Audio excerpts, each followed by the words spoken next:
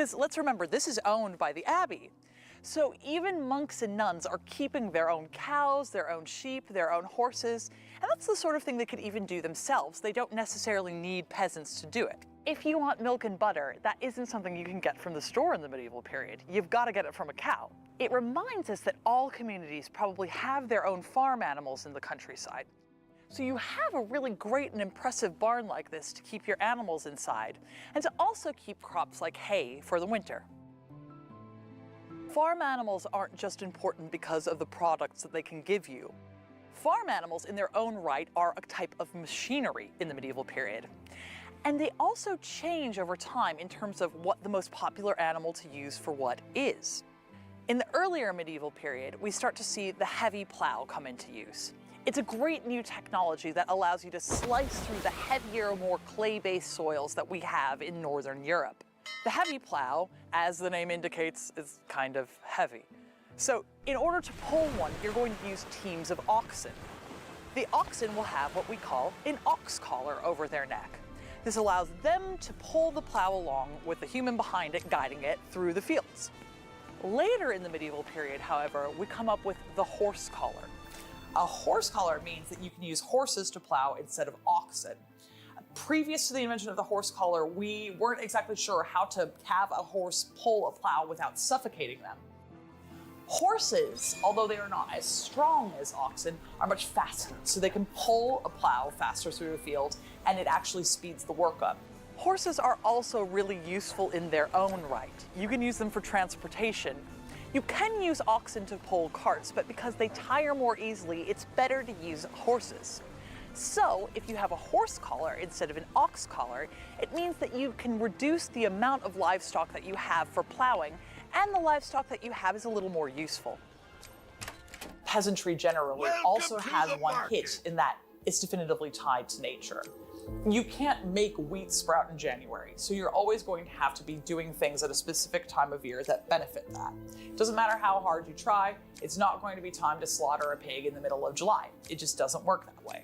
Another huge advantage that people in the medieval period have, at least in the high and late medieval period, is something that we call the medieval warm period. I don't feel this spans from about the year 900 to about the year 1300, where Europe experiences a particularly warm and stable climate.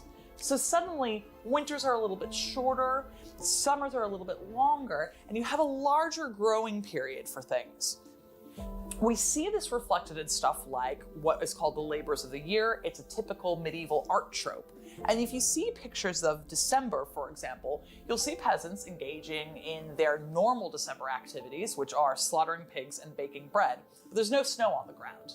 In conjunction with the great medieval developments of the new tech, this means more food for more people and more happy peasants. These new technologies are very advanced, and it's the most advanced that Europe had ever been up to this point. Romans, for as much as they did do that is very interesting, couldn't come up with this. They did not have heavy plows, they did not have horse collars, and they did not have the three-field system. Suddenly, places like Germany or England can sustain much larger populations because they have peasants who are able to feed people using inventions like the horse collar, like the three-field system, and like the heavy plow. This is real tech, and it's a real advancement for society as a whole. We have one very interesting family, the Collinses, who are a great example of how peasants can really rise in the world. We first meet them through the means of Thomas Collins, the head of the family. He's a very well-to-do peasant. When we first meet him in the 1270s, we see that he owns half a virgate of land, which means about 15 acres or so. That's a lot of land. He also raises livestock like cattle and sheep, and some geese, which are a very nice little cash crop at Christmas or Michaelmas. Everybody likes to eat a goose. So he's doing extremely well, and we know also that his wife is brewing beer. So we know that there's a lot of money coming in for him, and he's definitely someone that you and I would class as well-to-do, if not simply middle class. All of this eventually changes, though, when we next catch up with him. There's a gap in the records from about 1282 to 1292, and when we see Thomas again, his fortunes have come down slightly. This was a man who was super well connected in his community. He was serving as a pledge. A pledge would mean that if someone else says, oh, I owe some money, Thomas would say, he's good for it and I will put my own land up. Thomas can't be a pledge anymore. Why? He's in debt. And he's in pretty serious debt. He comes to our attention through the court records because there's someone called Walter from Oldbury who sues Thomas because he owes him 5 shillings. Sounds probably like not much money, but for Thomas at the time, this is a real problem because he can't pay 5 shillings back. He's mortgaged all of his crops to someone else to pay off other debts. Mortgaging your crops is pretty much exactly what it sounds like. It's like mortgaging your house now. You'll say, okay, well, I've got my barley crop coming in the autumn, and so after I take that to market, you will get the proceeds from that barley if you give me money now. Walter is demanding his 5 shillings. Thomas can't pay it back, and Thomas is in a real dilemma here. It means that he has to sell one of the only things he possibly can, his land. But of course, Thomas doesn't own his land. He is a serf. Technically, the abbey owns his land. So the only person that he can sell his land to is the abbey. This is a really difficult circumstance to be in because obviously you can't demand the best price possible. It's just whatever the abbey will give you. For the land that Thomas holds, the abbey gives him £2. Now, that definitely covers his debt to Walter, it covers his other debts, but it also means that the family are in real trouble now. There's 9 mouths to feed, and they're suddenly having to do so based only on Thomas's wife's land that she brought into the marriage through her dowry. This is interesting because it does show us that peasant women even do have some power and some control over their circumstances. Land that comes into a marriage is still their land, and Thomas's wife can't be forced to sell it if she needs to. They still need to make some money somehow, and the only real way to do that is if they can farm and take part in the generalized agricultural community that they live in. Unfortunately, it seems like that is not enough to ever get Thomas back to the same standing in the community that he enjoyed. He dies in the year 1312, and when he does, he's massively in debt again. His lands do pass to his wife and daughters, only 2 of whom have been married off, so you still got 6 women who need to be supported somehow. If we look at for any records of them, by the year 1319, all of the Collins sisters are gone. We're not exactly sure what happened. It could be that all the Collins sisters simply moved away. That would be possible for them because they're women. They might be tied to the land, but the abbey is going to be less interested in forcing them to stay in place because they'll be seen as less productive peasants. If they need help tilling their crops, for example, why not just get some men in there to do it for them, people who don't have to ask for help? So it might be that they decide to try their luck somewhere else and simply moved away. Very unfortunately also, it's equally as possible that they simply all died. From the years 1317 to 1319, there was a continent-wide disaster called the Great Famine. As the name indicates, there simply wasn't enough food to go around. The Great Famine is a very serious event. It really does hurt the majority of the population in Europe, and we do see a huge drop in population at the time. The Collins sisters very well may have fallen victim to this. In the 1300s, we exit the medieval warm period. The temperature begins to drop, and Europe begins sliding into what we call the Little Ice Age. We can see again in medieval paintings like the Labors of the Year, suddenly we have December scenes of peasants slaughtering pigs in the snow instead of in the mud. So it means that we do know that the winters are colder and longer. But also there's been 2 years of extensively heavy rains and flooding. The crops simply can't grow. So there's a large mortality across the continent because there just isn't enough food to go around. This impacts peasants more than it impacts other layers of society. Say you're the local abbey. Their risk is sort of spread out over all of the peasants that they oversee.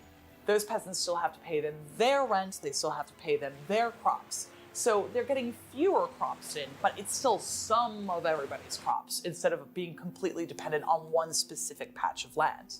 So when we think about peasants, we think of them as largely agrarian and in the countryside. For a good reason, you sort of have to do your farming in the countryside. However, that doesn't mean that they don't have any links to London itself. Just behind me, the Clothfair Street opens up onto the Smithfield. In the medieval period, this might actually have been referred to as the Smooth Field, and it's where peasants would bring their cattle, sheep, pigs, in order to be slaughtered and sold at market. From the peasant's perspective, Smithfield is also an extraordinarily important place because it's the scene of one of the most important parts of the Peasants' Rebellion.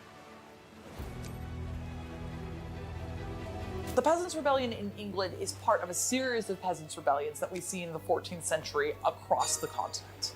Here in England, it's led by a man named Wat Tyler.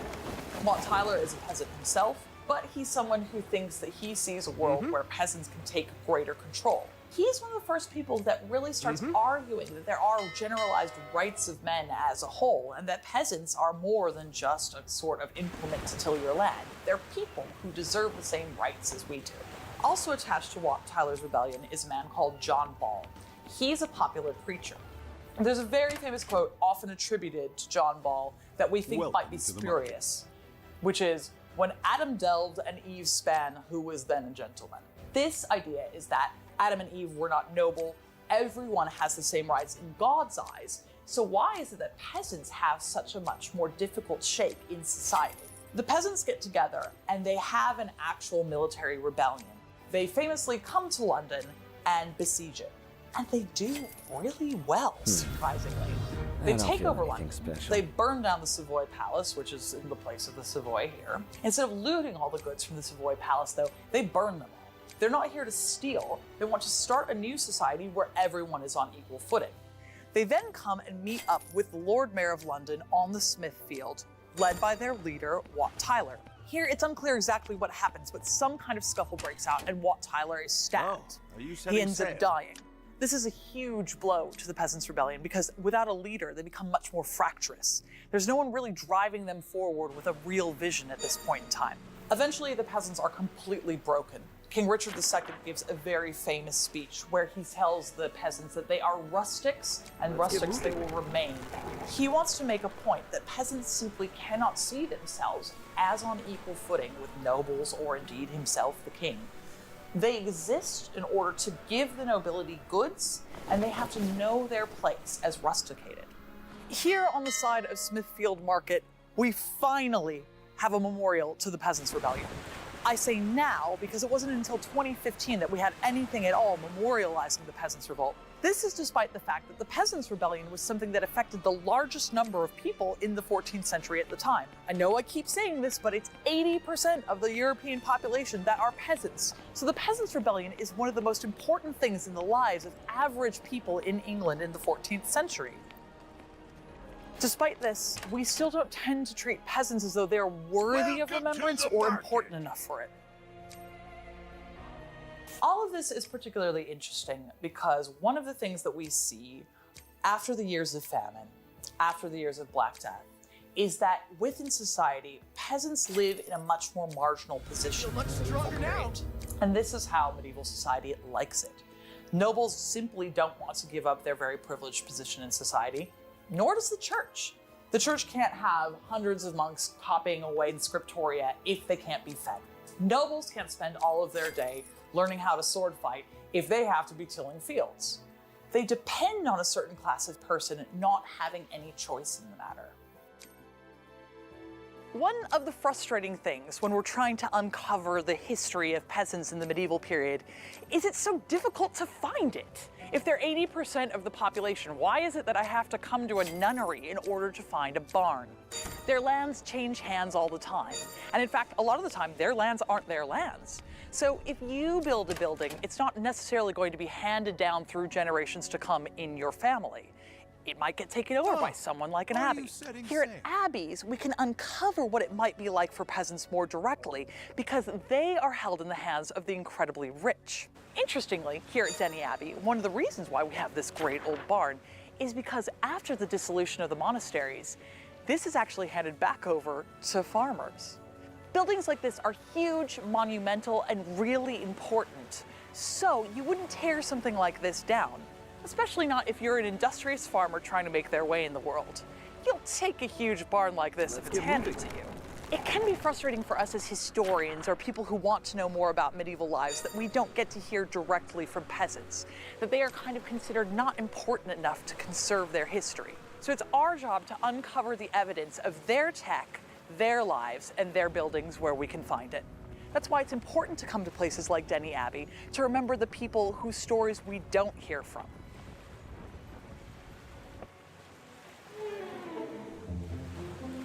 A guild is a really interesting institution because it's sort of halfway between what we would call a union now and halfway just a sort of monopoly. Guilds exist to say that someone can or cannot partake in a particular industry. You might be a fishmonger, you might be a leather maker, you might be a goldsmith. All of these, particularly in London, would require guild membership in order to take part of them. That you can't just decide that you're going to move to London and start selling fish. It's something that's protected very heavily in order to make sure that benefits go to people who are in a guild. Guilds exist across Europe, and they also exist across England. So in any of the big fancy medieval cities like York or Norwich, you'll also find guilds.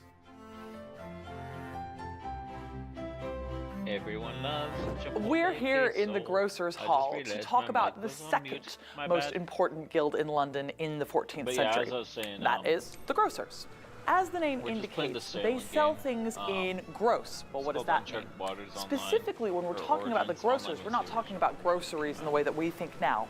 We're talking about spices. Spices in the medieval period and indeed into the early modern period are one of the most expensive and important commodities in Europe. So the grocers are able to command prestige and power as befits someone with a hall like this because they're bringing in absolutely tons of money to the city of London. The term grocers for the medieval mind is such a particularized and important thing because spices occupy such an important part of both the economy and the medieval imagination. But if you do, it helps the channel out and you can get like discounts on some good snacks and stuff. But yeah. There are now about 110 guilds in London, though that was not true of the medieval period. And oftentimes when we talk about the medieval guilds, we're talking about what we call the Great 12. And they have a specific order because guilds love to rank themselves. So they are mercers, grocers, drapers, fishmongers, the goldsmiths, skinners, merchant tailors. That all depends on what year you ask that in, because they trade off every other year.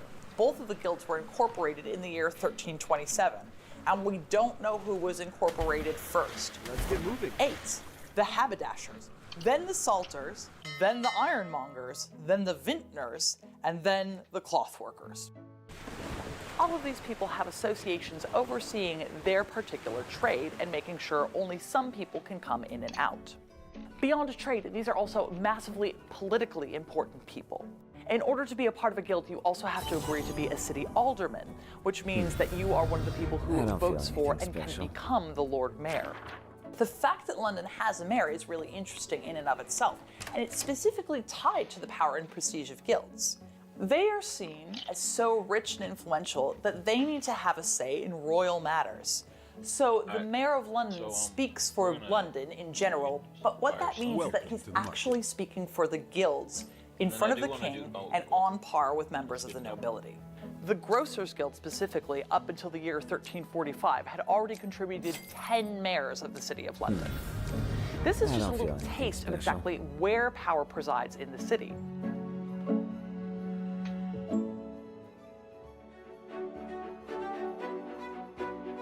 As you can see from the opulence of rooms like this, the guilds have a lot of money and power within London.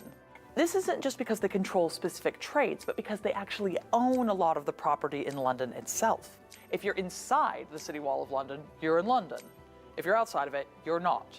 So property can't expand in London in the same way that it can now, because what constitutes London property has to be within the walls. It's easy for the guilds to monopolize all of that land. If you think London property is expensive now, in the medieval period where you simply couldn't make any more of it, it was even more important. This is one of the ways that the guilds are able to collectivize their power and prestige in London. So being a member of the guild has very specific political advantages in that you actually get some say in the world around you. It also has some personal advantages that knock on from that. So every member of a guild is also a freeman of the City of London. It's a way of disassociating people who are in guilds from ordinary workers like peasants. You are, well, a free man. You are not a serf. You're not owned by anyone or anyone's property. If you're a freeman, you're an alderman, you're a member of the guild. You're part of an elite society, although you may still work. There are also some knock-on advantages of that, in that you can drive sheep across London Bridge. That might sound kind of silly and weird, but what it means is that you can actually bring sheep to market without having to pay a tax on it, for example.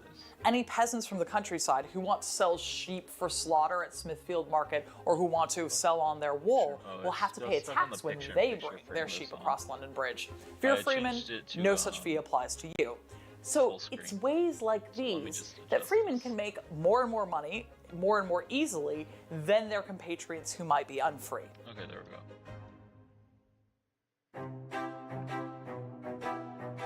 For the most part now, the Grocers Guild is a charitable and social organization where you can come have a really amazing banquet, obviously. But what I really love about this incredible place setting is all these hints to the medieval period and where this company was originally established. In particular, I'm obsessed with these camels.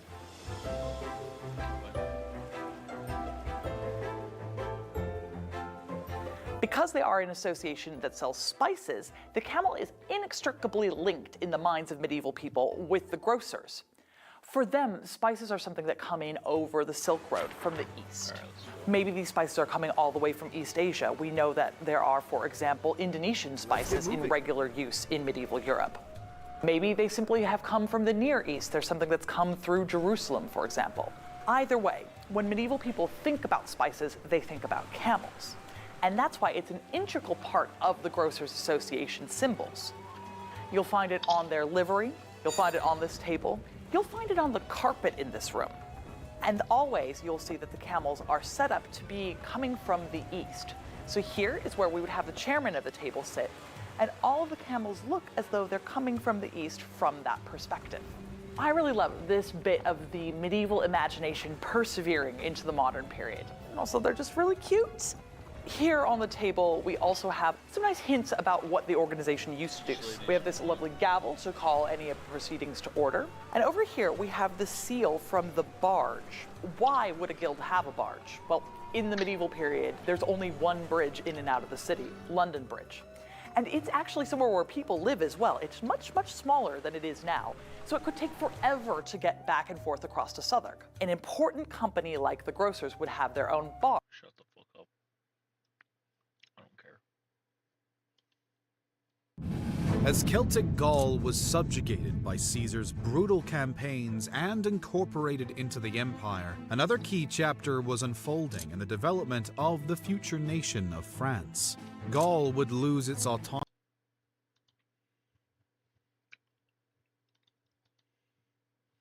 What the Features. Important aspects of the Roman state would take root in areas including the economy, administration, and infrastructure, setting the template for the coming centuries. With the decline of Roman power, though, and an increasingly porous eastern border, a new migration wave occurred, bringing an influx of Germanic settlement into the territory of Gaul. This would provide the final element for the transformation of a post-Roman Gaul into the future nation of France.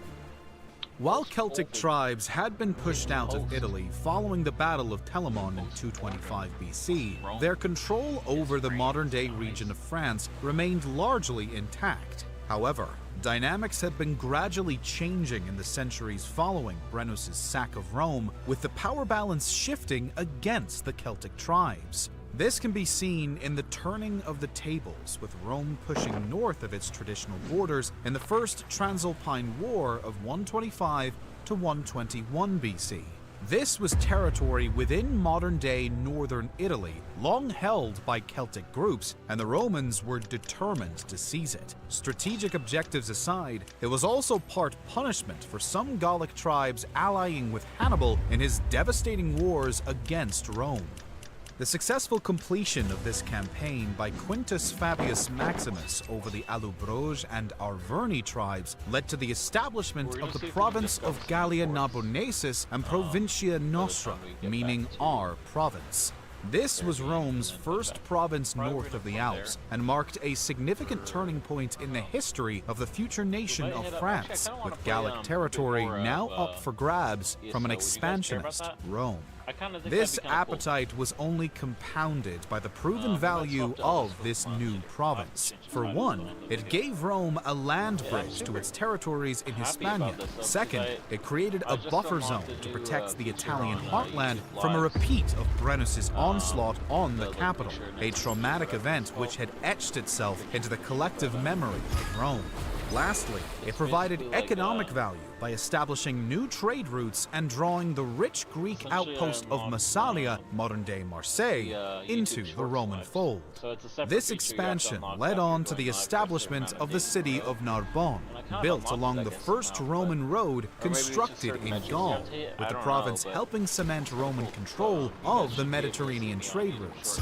It would act as a hub from which Roman forces could operate and project power deep into what had previously been tribal territory. This was a severe blow to the autonomy of the groups living here, as well as the cohesion of the remaining tribal confederacies, who were increasingly divided on how best to deal with Rome. However, aside from this territory lost in the south, Celtic groups still held the majority of Gaul for the present time. This was soon to change, though, with Rome preparing to deal a crushing blow which would take the form of Julius Caesar's Gallic campaign. It began in 58 BC and marked another key turning point in the history of the future nation. On the eve of Caesar's campaign, the tribes of Gaul were developed and powerful, with large cities and complex political structures. In fact, for many aspects of Gallic culture, this period was a renaissance of sorts. Benefiting from trade networks and knowledge transfer with Rome, metalwork and weapons production flourished. We see numerous examples of ornate and distinct Celtic artwork across iron longswords, as well as refined armor and spear tips. Despite prowess in these areas, though, the tribes were still nevertheless far from united. Loose alliances and confederacies did not provide the same unity as enjoyed by Roman forces, a factor which would be key to how events of the campaign would play out. Caesar's campaigns were wide-ranging and encompassed many different regions of Gaul, including areas of modern-day France, Switzerland, Belgium, and even Britain, Bracht against the Helvetian Celts, and at Vuja against the Suebi. Despite close contests, Roman discipline and Caesar's leadership ultimately prevailed. He also led his legions into modern-day Brittany, in the northwest of France, where he faced the Veneti tribe largely at sea, demonstrating the variety in warfare types of the campaign. Against a superior enemy fleet, Roman victory was primarily secured through innovative use of the grappling hook, which wreaked havoc on the Veneti fleet's sails, on which they were reliant, unlike Rome's oared ships. The campaign was a brutal military exercise on the part of Caesar and had a huge effect on the region of Gaul. While Roman estimates of Celt deaths are likely wildly inflated, it's probable that there were at least hundreds of thousands of Gallic combatants and civilians killed. Some massacres carried out by Caesar, for example the wipeout of an entire civilian Celtic encampment in 55 BC, even upset authority in Rome with how depraved it was. This led to some in the Senate calling for his prosecution. Through 54 BC, many Gallic tribes had continued to provide fierce resistance with a series of uprisings, demonstrating that Caesar had not yet fully subjugated Gaul.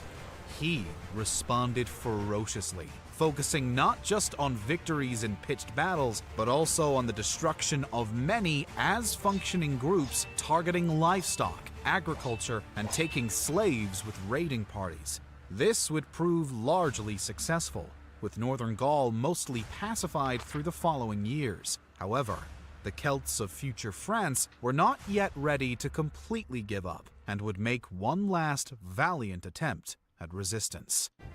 By this time, it was clear to most tribes that the Roman threat was existential, and not just petty territorial ambition. It was a matter of survival.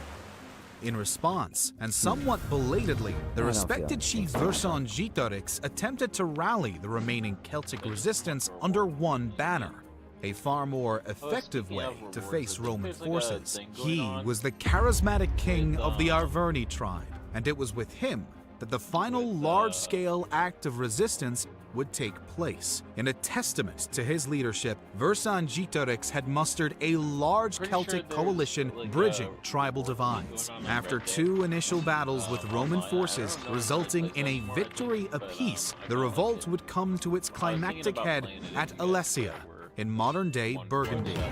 Here, the Celts stood their ground at a fortified position of an allied tribe and awaited Caesar's approach. Rather than directly attack the fortification, a strategy that had proved costly earlier in the campaign, Caesar decided to build a rival fortification on site and instead besiege the Celts to starve them out. While the tactically astute Vercingetorix had also prepared for this with a large reserve contingent ready to provide relief and attack Roman forces from the rear, he had not anticipated the thoroughness of Roman preparations. Despite numerous efforts, as well as the fast arrival of Vercingetorix's relief forces, the Celts weren't able to overcome the Roman fortification from which they were being besieged. Breakout attempts failed, the relief force ultimately melted away, and Vercingetorix was forced to surrender. This moment was famously depicted in the 1889 painting of him on horseback in front of Caesar laying down his arms. This was a momentous turning point in the history of the future nation and the end of a large-scale coordinated Celtic resistance. Vercingetorix's end was as torturous as that of many of the Celtic groups over the last decades. First imprisoned for 6 years before being ceremonially garroted in Rome, an ignominious death for a brave and honorable leader. With the death of their last great resistance leader, so came to an end independent Gaul. It was now in the hands of Rome. And despite sporadic, smaller-scale revolt attempts over the next decades, this point marks the start of a new Gaul and extensive process of Romanization. This began the division of formerly Celtic Gaul into different provinces alongside the already established Gallia Narbonensis. Gallia Lugdunensis, another new province, stretched all the way from central France to northwest Brittany. Named after its capital at Lugdunum, future Lyon, and chosen for its strategic position at the confluence of the Rhone and Saône rivers, it would become a key administrative and cultural center, providing a gateway between Italy and northern and western parts of Gaul. Key Roman infrastructure in these areas followed. This included aqueducts, new roads, amphitheaters, and other monumental architecture which would change the shape of the landscape and become a cultural bedrock of the future nation. The effects of this Romanization on Gaul would take time, but ultimately be transformative. Beyond a period of recovery from Caesar's devastating campaigns and likely with the passing away of the conflict generation, Celtic tribal structures would eventually give way to Roman civic life. This helped create new bonds and loyalty with Gallic nobility, in time gaining positions within the state. General citizenship, however, would not be granted in Gaul until 212 AD. Economic transformation was also another way loyalty was transferred towards Rome in time. This included new agricultural techniques, deepened trade networks, as well as more developed local industries. Not to mention the introduction of Latin as the official language of the state, which would eventually give rise to Old French. Another important feature of the future nation of France would also develop in this period. That is the shift from traditional Celtic religious and spiritual practices towards Christianity. Unlike some of the above trends, this process of Christianization began in spite of Rome rather than on account of it. By as early as the 2nd century AD, the Christian message was reaching Gaul through trade networks and travelers making the journey from the Levant region. They found fertile we ground in the can launch it from previously Steam, pagan maybe. population, where the faith, amongst other things, offered an attractive unifying approach for a region previously split along tribal lines. This would spike during the reigns of Emperor Marcus Aurelius as I do well think as that, Emperor Decius, producing iconic early French martyrs such as Saint Denis of Paris, who was beheaded for his beliefs in the mid-3rd century AD, and martyrs of Lyon, killed by wild beasts on Aurelius's orders in 177 AD. This helped kernel a defiant spirit amongst much of the population and sense of separation from Rome. The breakaway Gallic Empire of the 3rd century was brought about by a wide range of factors. At least an important cause in both its rise and relative longevity was the sense of a differentiated culture and identity present in Gaul. The differing sense of identity helped support rebellion, just as it had uniquely fostered and allowed for the growth of Christianity ahead of Rome.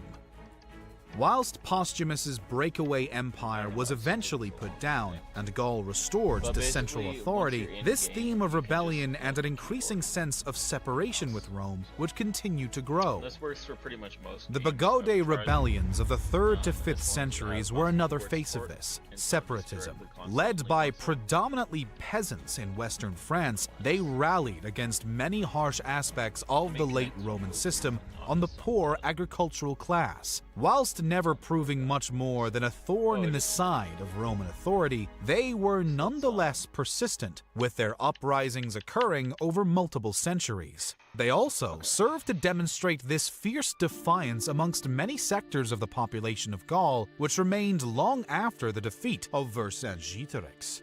Germanic migration westwards had been increasing as the empire began to chronically weaken from the crisis of the 3rd century onwards. This provided the final component for the formation of the future nation of France. Initially fiercely resisted by Roman authority, the tribes were eventually accommodated due to decreasing Roman means through methods like the foederati system. This not only eroded the integrity of previous Roman territories, but also radically altered the dynamic makeup of Gaul. A Romano-Celtic hybrid culture, which had been developing since before the campaigns of Caesar, now had a new element imposed on it, with unintegrated people arriving en masse from the east with different cultures and customs.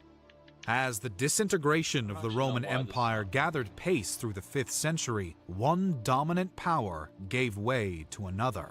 As Visigoth forces applied pressure to the heart of Rome, the Franks, another Germanic tribe, were busy expanding their territory from its heartlands into Gaul. Taking advantage of the power vacuum left by weakening Roman central authority, the Franks were able to establish power centers in central and northern France.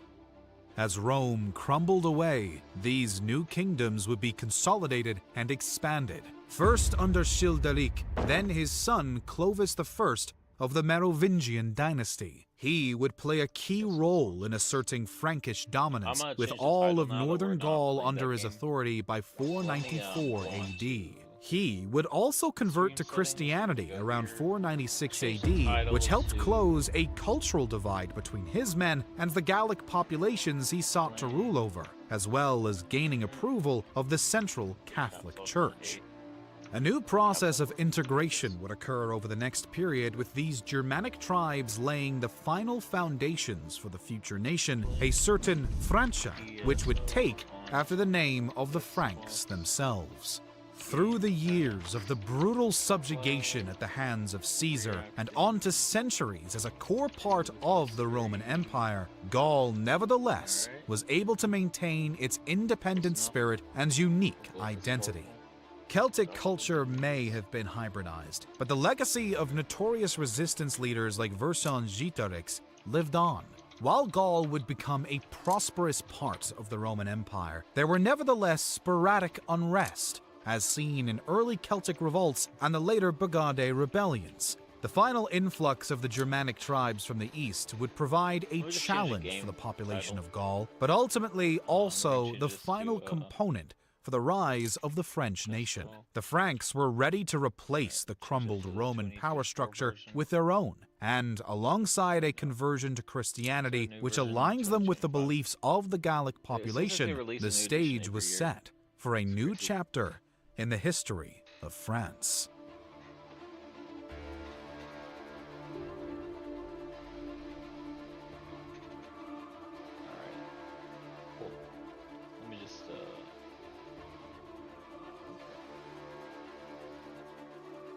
Alright, cool.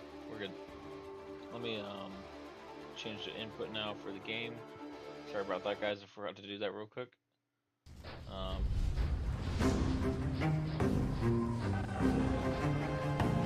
Yeah, let me During show you guys how to 100 change Years' the War, mouse and keyboard if you France want. faced a So formidable you actually opponent, can use mouse the and invading keyboard armies of England.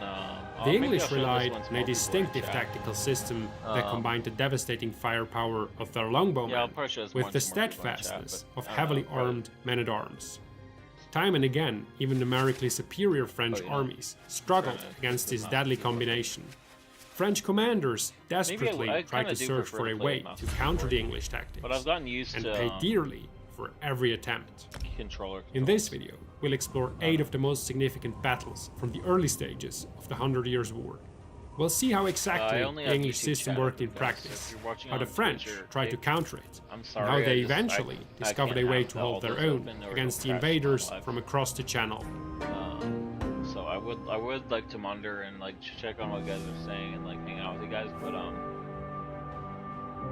it'll just crash my live. So that's The 100 Years' War began in 1337. Not long after, Edward III of England pressed his claim to the French throne and crossed the Channel to assert his rights. Fully aware that France, the economic and military superpower of its time, could field larger armies, and that he would be at a disadvantage in a drawn-out war of attrition, Edward sought to force the French into a decisive battle right from the beginning.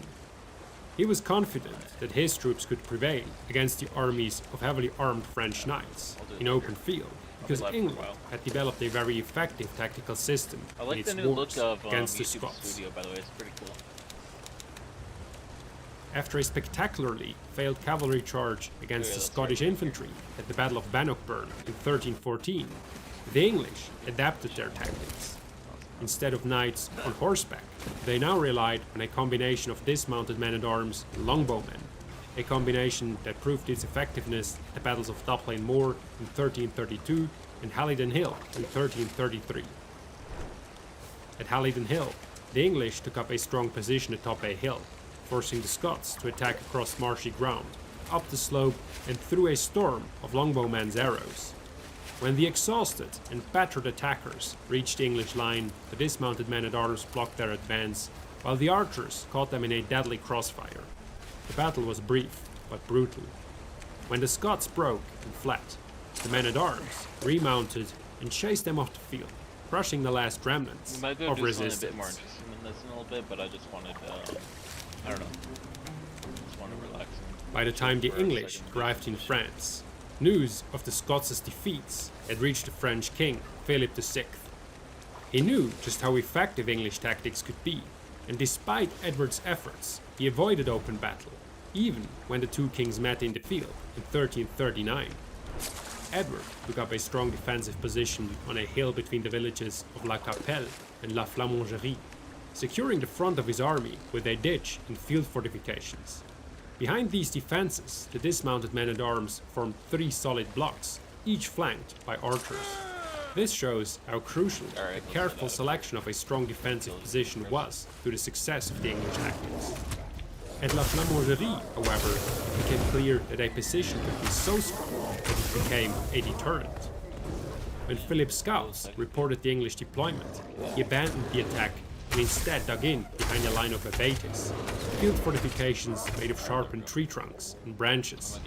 His men saw this as cowardly, but though Philip's caution clashed with the French knights' ideas of honor, it spared France a potentially disastrous defeat the very start of the war. Would you guys want me Philip to maintained this music cautious on approach, in the background? I which have meant that the some first major field battle playlists of the that, conflict they don't would not be between the have, kings like, that themselves, bad of an but effect between on their the deputies copyright. in the War Most of of the the songs Breton on the Succession. playlist don't have any issues with copyright, and I kind of enjoy the playlist, but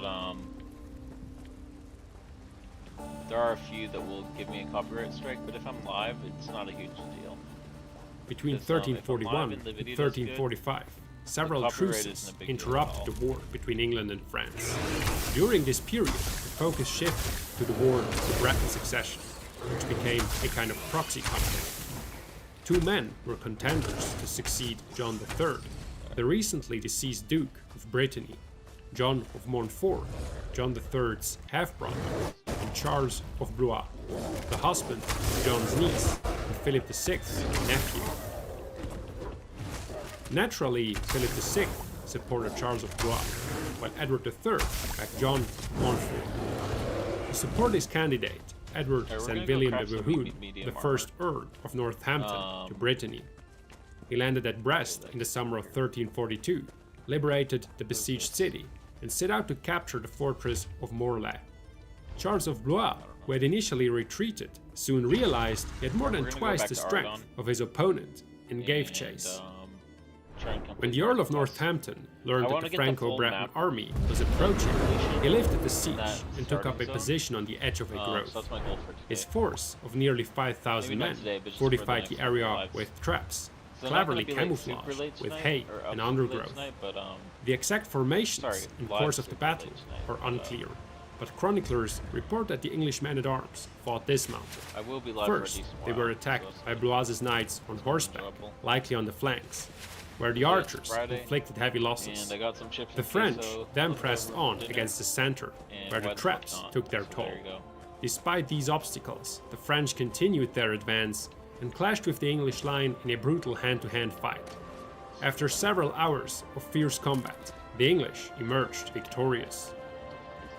The Battle of Morlaix not only confirmed the importance of carefully selecting and preparing a strong defensive position, Well, in that case, but also demonstrated that the men-at-arms were the backbone of the English formations.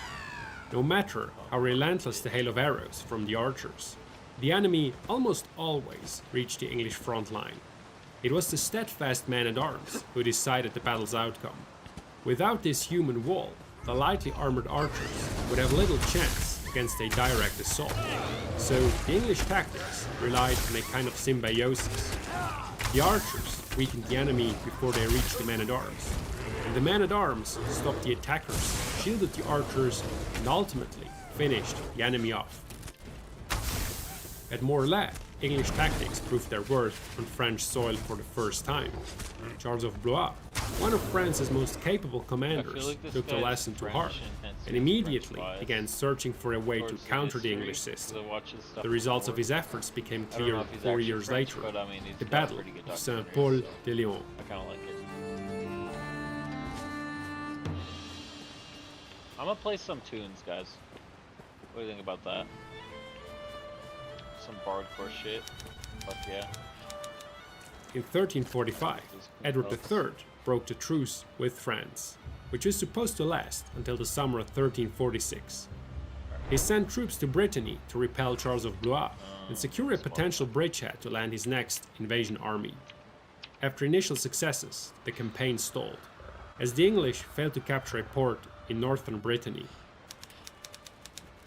By 1346, Edward had decided to land in Normandy with his main army. Still, Sir Thomas Dagworth advanced west, likely on a reconnaissance mission, and was confronted by Charles of Blois at the small town of Saint-Paul de Léon. Dagworth, commanding just 80 men-at-arms and 120 mounted archers, was heavily outnumbered by Blois's 1,000 men. With no chance to retreat, he had his troops dismount and take up a strong position on a hill, securing the front with a ditch and the rear with an improvised barrier of wagons and horses. Having learned from Morlaix that cavalry was highly vulnerable in a frontal assault on an English formation, Charles of Blois dismounted the majority of his men-at-arms. This made the Battle of Saint-Paul de Léon one of the first battles in which French men-at-arms fought on foot. aside from reduced mobility, there were few drawbacks. The men were just as well trained for fighting on foot as on horseback, and their close combat skills had been honed in many small sieges of the early 100 Years' War. To offset the loss of mobility, Charles kept about 40 heavily armored horsemen and a division of crossbowmen in reserve at the rear. The Franco-Breton army attacked from two sides simultaneously. Charles sent his mobile striking force around Dagworth's flank to strike from the rear, while the dismounted men-at-arms assaulted the English front in waves. The flanking maneuver stalled at the English wagon line, and the archers unleashed a devastating hail of arrows on the attackers approaching the front. Despite these setbacks, the Franco-Breton forces pressed forward, and a fierce, day-long battle ensued. In the late afternoon, after his men were beaten back multiple times, Charles personally led a final assault. Against the backdrop of the setting sun, he attacked the English from all sides with 3 divisions, but was repelled once more. The Battle of Saint-Paul-de-Léon highlighted the deadly effectiveness of the English combination of dismounted men-at-arms, field fortifications, and longbowmen. Though outnumbered roughly 5 to 1, not a single English man-at-arms fell, while Charles of Blois lost a large proportion of his army. Even though Charles had lost at the Battle of Saint-Paul-de-Léon, French commanders recognized that dismounted men-at-arms combined with a mobile striking force offered the most promising counter to English tactics so far.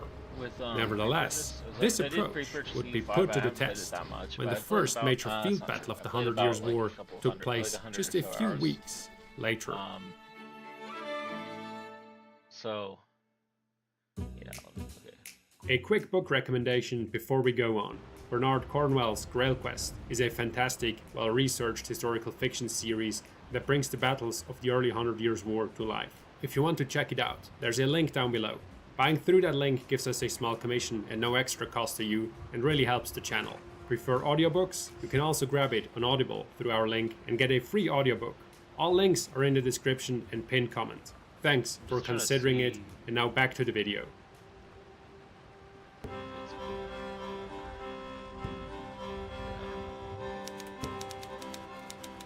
When Edward III landed in Normandy with his invading army in July of 1346, he began marching through France, plundering as he went. Philip VI had little choice but to confront him. He pursued the English north from Poissy, near Paris, tried to block them at the Somme, and ultimately, near the small town of Crécy, quote, fell directly into the King of England's trap, as historian Matthew Strickland puts it. The exact deployment of the English and many other details of the Battle of Crécy remain hotly debated. This is not the place to go into those debates, especially since the battle represents a special case in terms of the French approach, as we will see. What is certain is that the English took up a strong defensive position on a hill between the villages of Crécy and Vadicourt. As had become standard practice, they secured the rear with wagons and prepared traps and field fortifications in front of the line. The dismounted men-at-arms formed 3 divisions, each flanked by archers. The head of the French column reached the battlefield shortly before midday. Despite the strong English position, Philip VI attacked before his troops were fully assembled. The reason is unclear. Some suggest political pressure compelled him to act hastily, while others say his knights urged immediate action. Whatever the reason, Philip sent his Genoese crossbowmen forward first, and instantly made a critical mistake. His mercenaries' equipment had been left at the rear of the French column, forcing them to attack with reduced armor and ammunition, and, most importantly, without the protective pavises central to their tactics. Vulnerable and exposed, they were quickly forced to fall back. The second wave, composed of mounted men-at-arms, pressed forward ruthlessly, riding... I'm just trying to get it good for you guys. Okay, so that's not working. So what we're gonna do, we're gonna go here and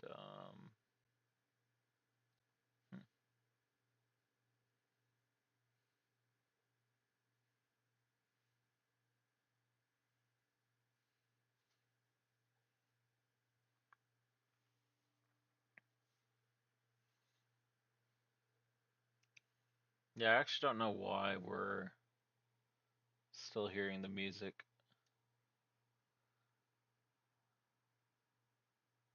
Oh, here, I think it's this one. End task. Okay, yeah, there we go. Okay, cool. So let me just go on Xbox now. Resume this video. over the retreating crossbowmen. This took away much of their momentum, and they lost cohesion just as they entered the range of the longbowmen. Still, the French men-at-arms reached the English right wing, commanded by Edward of Woodstock, the Black Prince. Just as Edward III had intended, the terrain and English formation funneled the French into a death zone in front of the Black Prince's division. His men stood their ground, wearing down wave after wave of French attackers. The assault only ended around midnight, and the next morning the English men-at-arms mounted their horses and swept the remainder of Philip's army from the battlefield, completing one of the most one-sided victories of the 100 Years' War. Despite his caution, in the end, Philip VI did engage in battle, and paid a heavy price. The Battle of Crécy is often seen as a triumph of the longbowmen over French men-at-arms, highlighting flaws in French tactics and organization. In fact, it was not. The defeat had more to do with Philip's hasty approach. His attack was poorly coordinated, and he ignored the lessons Charles of Blois had learned during the War of the Breton Succession. The Battle of Crécy was, in the words of Matthew Strickland, quote, a disastrous shambles, unrepresentative of the real capabilities of French arms and tactical thinking, end quote. In several smaller battles over the following years, the French proved they were capable of far more than they had shown at Crécy.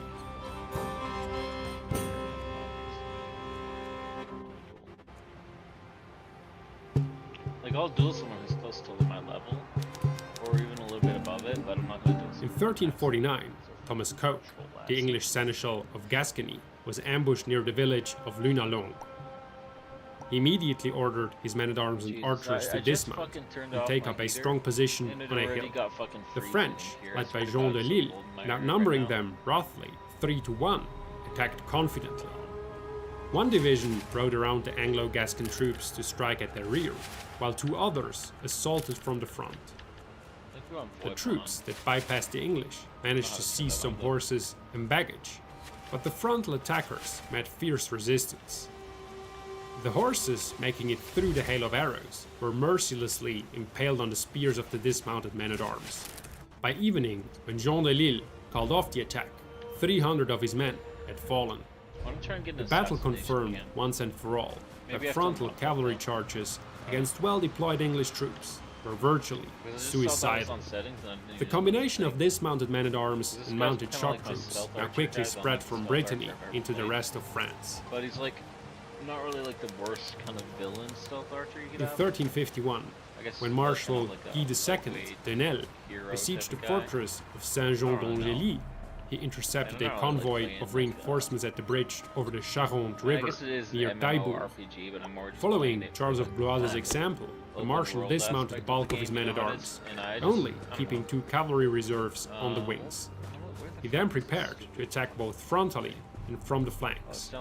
However, the plan never came to fruition. Reinforcements from Taillebourg and Tonnay-Charente arrived near the rear, surprising Guy de Nesle before he could advance. 2 weeks later, on the 6th of June, 1351, Edward I de Beaujeu attacked an English raiding party led by John de Beauchamp, the captain of Calais, near Ardres, about 600 kilometers north of Taillebourg. The retreating English took up a defensive position in a bend of the river and secured it with a ditch. Once again, the French attacked using a combination of dismounted men-at-arms and mounted shock troops. Although Edward de Beaujeu was killed at the very start of the battle, his men kept up the pressure until the English archers ran out of arrows. This allowed the French cavalry to bypass the defenders and strike from the rear. While Ardres cannot be considered a decisive success for the French method, since it was likely the lack of arrow reserves that decided the outcome, combined with Taillebourg, it does demonstrate that the tactic of dismounted men-at-arms had now spread throughout France. 「 In How promising the French approach was became clear at the Battle of Moron in 1352. This time, Guy de Nesle faced an Anglo-Breton force under Sir Walter Bentley. Bentley had positioned his men on a slight rise between a hedge and some bushes. As was now standard, about 1,500 men-at-arms formed the center, while roughly 800 archers held the wings. Again, the French attacked both frontally and on the flanks. This time, the assault force broke through at the first attempt, with devastating results. When the armored horsemen smashed into the unprotected side of the English right wing, it collapsed almost immediately, exposing the center.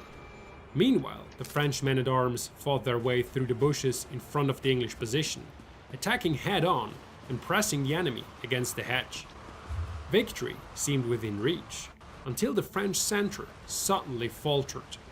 On the right, part of the formation inexplicably fell back, giving the English archers an opportunity to advance and strike into the exposed flank of the French. At the Battle of Moron, the French came closer to defeating an English formation than at any point since the start of the war. Their plan had worked flawlessly until the inexplicable retreat of part of their men-at-arms disrupted the attack. This near success, however, helped shape French tactics for the next major engagement. At the Battle of Poitiers, the combination of dismounted men-at-arms and fast-moving shock troops would be deployed in a large-scale battle for the first time in the war.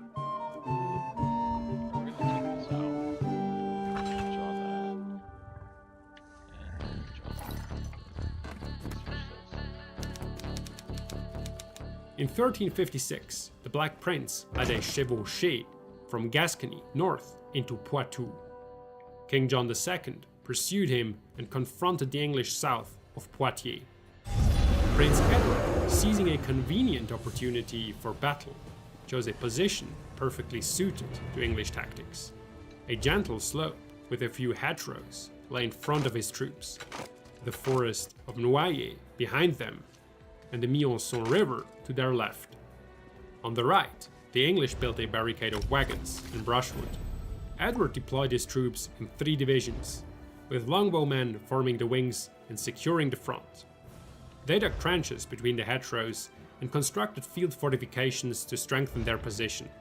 Behind the army, a mounted reserve stood ready to exploit any breakthrough or launch a counterattack. On the 18th of September, as the two armies faced each other, King John II drew up his plan of attack. He was determined to avoid repeating the disaster of the Battle of Crécy. His troops had thoroughly reconnoitered the English position, were well rested, and the king had carefully considered how he wanted to proceed. He divided his forces, approximately 10,000 men-at-arms, 2,000 infantry, and 2,000 crossbowmen, into 3 divisions. Each division consisted of a central body of foot soldiers, flanked by crossbowmen, aside from 2 smaller shock troops totaling 300 to 500 armored horsemen. All the men-at-arms fought on foot. On the morning of the 19th of September, Edward prepared for battle, but then, unexpectedly, ordered his left wing to retreat across the Mionson. The French feared this might be a feint, designed to lure them into attacking an almost impregnable position, but they decided to take the chance and press the assault.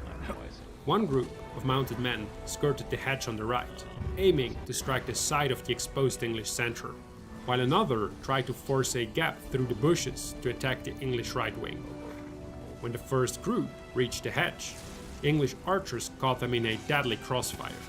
Arrows fell like rain, bringing down horses and routing their riders. Meanwhile, the second assault force had nearly reached the left flank of the English center, just as the riders accelerated to charge. The English left wing appeared behind them, having returned from the ford and launching a counterattack. Caught between 2 fronts and under heavy fire, the French men-at-arms could not hold their ground for long. With the rapid mounted assault having failed, the 1st French division on foot advanced. As they pushed through the hedgerows, they suffered heavy losses at the hands of the English archers. Nevertheless, the French reached the English front, and a bloody hand-to-hand battle ensued. Despite fierce fighting, the English line held firm, and after 2 hours, the French were forced to retreat. So far, all of King John's attacks had failed. However, 2/3 of his army was still fresh, while the English were exhausted. Many were wounded, and their archers were running low on arrows. Yet the French, once again, made a critical mistake. The 2nd Division interpreted the retreat of the first wave as a signal to pull back, abandoning the advance instead of maintaining pressure. This pause gave Edward time to regroup his troops before King John's 3rd Division could engage. France had squandered another opportunity. When King John attacked with the 3rd Division, he sent his crossbowmen ahead. Unlike the mercenaries at the Battle of Crécy, these troops were fully equipped. Step by step, they advanced up the slope with their pavises, securing the ground to the English front. Slowly but surely, Edward's situation became precarious. Many of his archers had already set aside their bows, useless without arrows, and drawn their swords to engage in close combat. Yet the Black Prince still had one ace up his sleeve. Around 60 men-at-arms, accompanied by a few dozen mounted archers, had ridden in a wide arc around the hill to the right of the battlefield. Now they charged into the rear of King John's forces. This surprise attack proved a turning point. As the French scrambled to deal with the threat from behind them, the Black Prince ordered some of his men-at-arms to remount and strike the shattered formation from the front and flank. The English horsemen thundered down the hill, crashing into the French lines. John's division disintegrated under the force of the impact and soon collapsed completely, sealing the outcome of the battle. The French had suffered another crushing defeat. Around 2,500 of their men-at-arms were killed. Around 3,000 men, including King John himself, were taken prisoner. The English, by contrast, lost just 40 men-at-arms. Yet Poitiers also showed the English method was no longer infallible.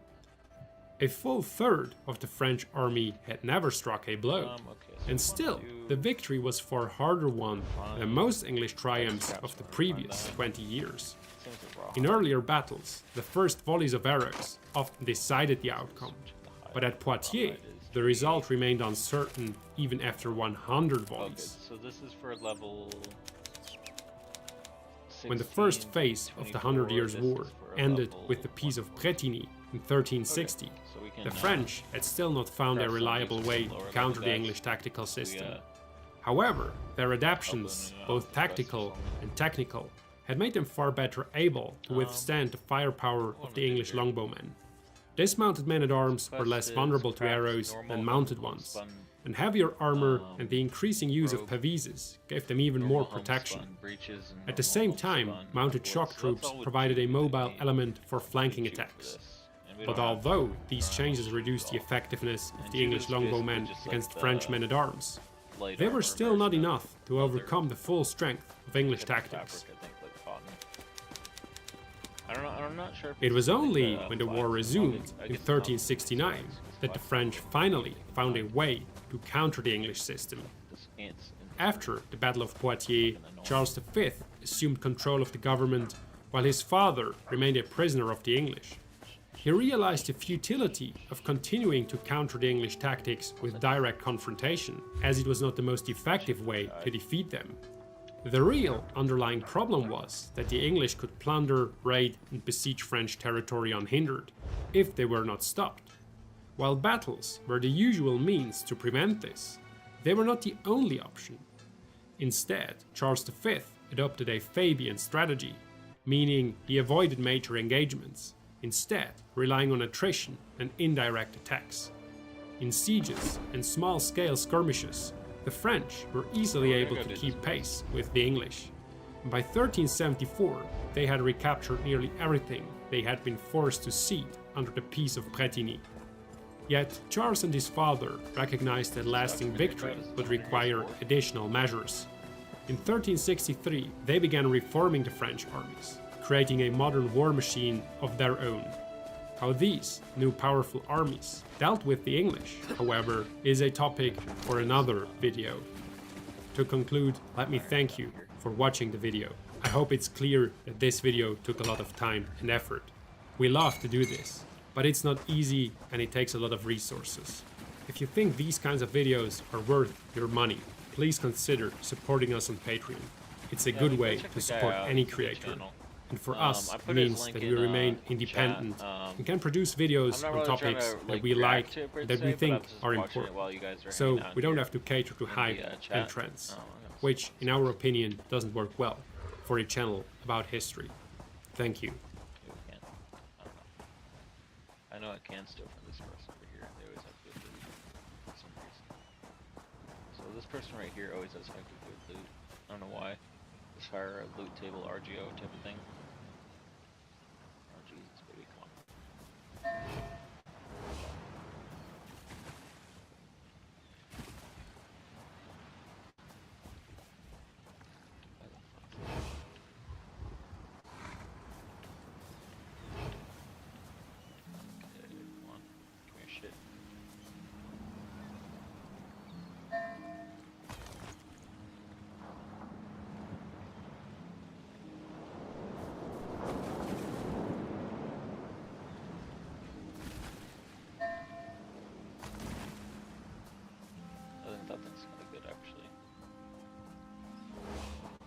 We're gonna get into some of the crime stuff to make some money. So I'm not in a guild right now, and I don't really feel like joining one right away.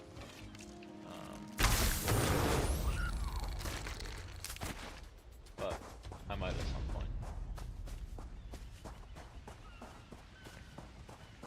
So on our way over to the Harborage place, which is over here on the map, right up here. I don't know why it's going off there. It's right here. We're gonna stop by over here. I think it's not showing up because I have to zoom out, but if you go somewhere over here, I don't know why I can't like just like show a pin on the map without having to zoom to another thing. Right there is where the Outlaws Refuge is. If you don't play the game, it's just like where you sell stolen shit. There's some stuff that you can't sell at like random. Bro, what the fuck is with these ants? Dude. Oh, that's fucking annoying. Alright, let's see what we got going on here. Launch, that's not gonna be Grim Sword. Some of the stuff like that's history documentaries goes like way deep on the fucking like The Art of Siegecraft was I don't always care about stuff like this guy's channel is okay, but I don't always want to watch his channel, you know what I mean? And what's this? Butcher feeds the French will watch this. I don't even know what this is. So this channel might be weird, I don't really know.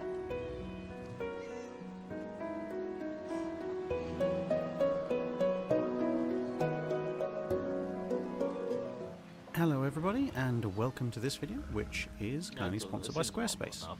So today I'm going to show you how to do some post-editing to your pages. So we're going to go to the Naval Photos page, and as you can see this is where you link to all the various archives of photos I've put up so far, but some people have pointed out that, well, this white text is easy to see when it's over the hull of the carrier, but hard to see in the lighter areas. Now I could just change it all to black, which is what a lot of the rest of the site is in, but as you can very quickly see, this just inverts the problem. Now the text on the lighter part of the photo is easy to see, and the text over the hull is quite hard to see. So let's just Control-Z undo that.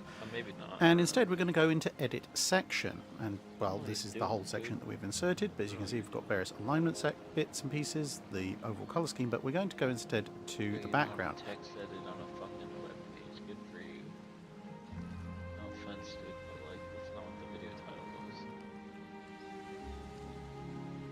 I feel like for the past 3 years, I've heard over and over again that a recession is about to hit, the stock market is going to crash, the housing prices are going to come back down to earth any day now, and yet somehow all of these things keep not happen. And for most people, it doesn't make sense. What do you mean the economy's good? My dentist just tried to get me to sign up for a credit card. Since the pandemic, the cost of living has skyrocketed, inflation is out of control, groceries have never been more expensive, layoffs are happening at an alarming rate. At this point, a college degree might be more likely to get you into crippling debt than it is to help you find a job. And even if you have savings, you're more than likely one stroke of bad luck away from losing it all to medical bills. And yet some people will look you right in the eyes and tell you, I don't know what you're talking about.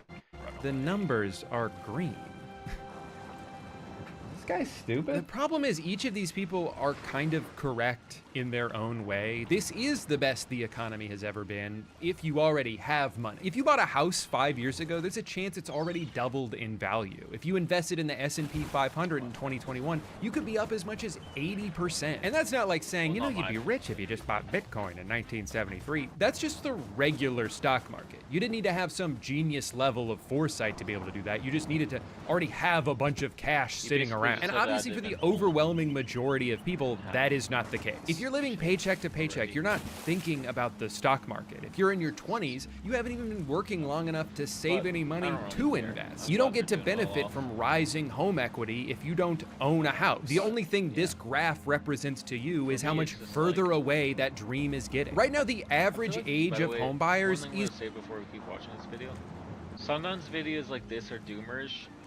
If it is doomerish, I might click off of it because I don't want to be getting down, you know? I feel like when you're getting down about like doomerish shit like this, like y'all know we're able to buy a is house. 59 years old. What a depressing statistic. This is the problem with an economy that disproportionately benefits asset holders instead of the people still trying to earn them. Wealth grows exponentially, but wages aren't even outpacing inflation, which means if your salary hasn't been going up every year, you're effectively making less money. Meanwhile, the fastest way to make $1 million is to just already have 10 million. Leave it in an investment account for a year and congratulations, you now have $11 million. At a larger scale, this is why it feels like there's two different economies happening and they're both moving in opposite directions. 50% of the stock market is owned by the top 1%, and only 1% is owned by the bottom 50%. Don't let somebody tell you that these numbers going up should discredit your own lived experience. Don't let somebody who's benefited from untaxed inheritance or years of compound interest granting them passive income tell you that your problem is you're just not working hard enough. No, the real answer is sorry, you should have been born sooner. Have you thought about that? Maybe instead of wasting all that time farting around kindergarten class, you should have been investing in real estate. It's not my fault you're lazy. People are getting squeezed in every direction while also being gaslit into thinking that it's somehow our fault. There's CEOs in earnings calls bragging about how they get to make customers pay for inflation so they don't have to. The economy is so bad right now, I'm about to segue into an extremely ill-timed brand deal in a video about greed. You think I like looking like a hypocrite? Of course not. But my avocado toast isn't going to pay for itself. Hi, I'm Upside Down, and I'm here to tell you about today's sponsor, NordVPN. If you're watching this video, you're probably connected to the internet. And if you're not watching this video, how are you hearing this? Anytime you're connected to the internet, especially when you're on public Wi-Fi, you should consider using a virtual private network for an extra layer of security. A VPN creates a nice, warm, encrypted tunnel for all your precious data to pass through as it gets communicated between your devices and the internet, keeping your sensitive information safe from criminals, losers, and especially free. But NordVPN takes online security a step further with Threat Protection Pro. All you gotta do is flip it on in the desktop app and it'll block dangerous ads, check your downloading files for malware. It can even warn you if you stumbled onto a fake online shop before you try to buy something that doesn't actually exist. You may think you're way too smart to fall for something like that, but take it from me, it could happen to anyone. You might have also heard that a VPN allows you to unlock websites and content that may be restricted in your area. Just by changing your virtual location in the app, you can essentially trick the internet into thinking that that's where you are, unlocking that show, movie, or YouTube video that randomly got blocked in 98 countries for some reason in the process. If you want to try out NordVPN for yourself with a 30-day money-back guarantee, go to nordvpn.com/gooden for my exclusive deal with 4 extra months added on. You can also get there by clicking the link in the description or scanning the QR code on the screen. But don't scan me. That's not going to do anything. I'm just a guy. Thank you to NordVPN for sponsoring this video. The economy sucks ass for most people right now. The only reason we're not technically in a recession is because the GDP is still going up. But the only reason the GDP is still going up is because of the AI industry.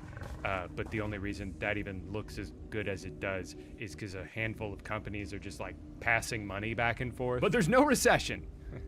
You're hallucinating that. Because the AI industry is now single-handedly propping up the entire global economy, there's really only two paths forward. Worst case scenario, turns out it is all bullshit. The bubble pops in spectacular fashion, trillions of dollars of investments cannot get paid out, and everything goes up in flames. Or best case scenario, a few billionaires get even richer. I heard you in the Wait, is that what we're hoping for? All right, you're gonna have to bear with me while I go on another AI rant here. I know I do this like every 6 months, but it's not going away. It doesn't count as beating a dead horse if the horse is still alive.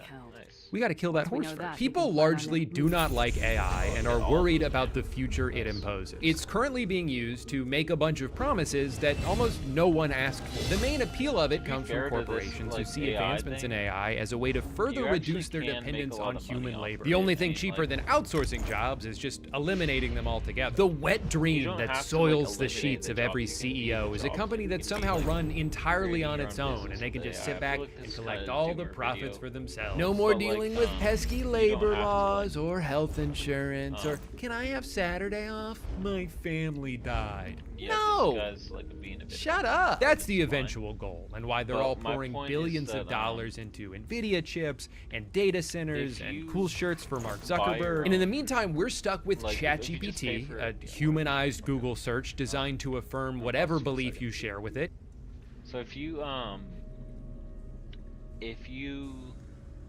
able to afford, even if it's just barely able to afford it, well, I wouldn't say if you're barely able to afford it, but if you can afford it, I would recommend like I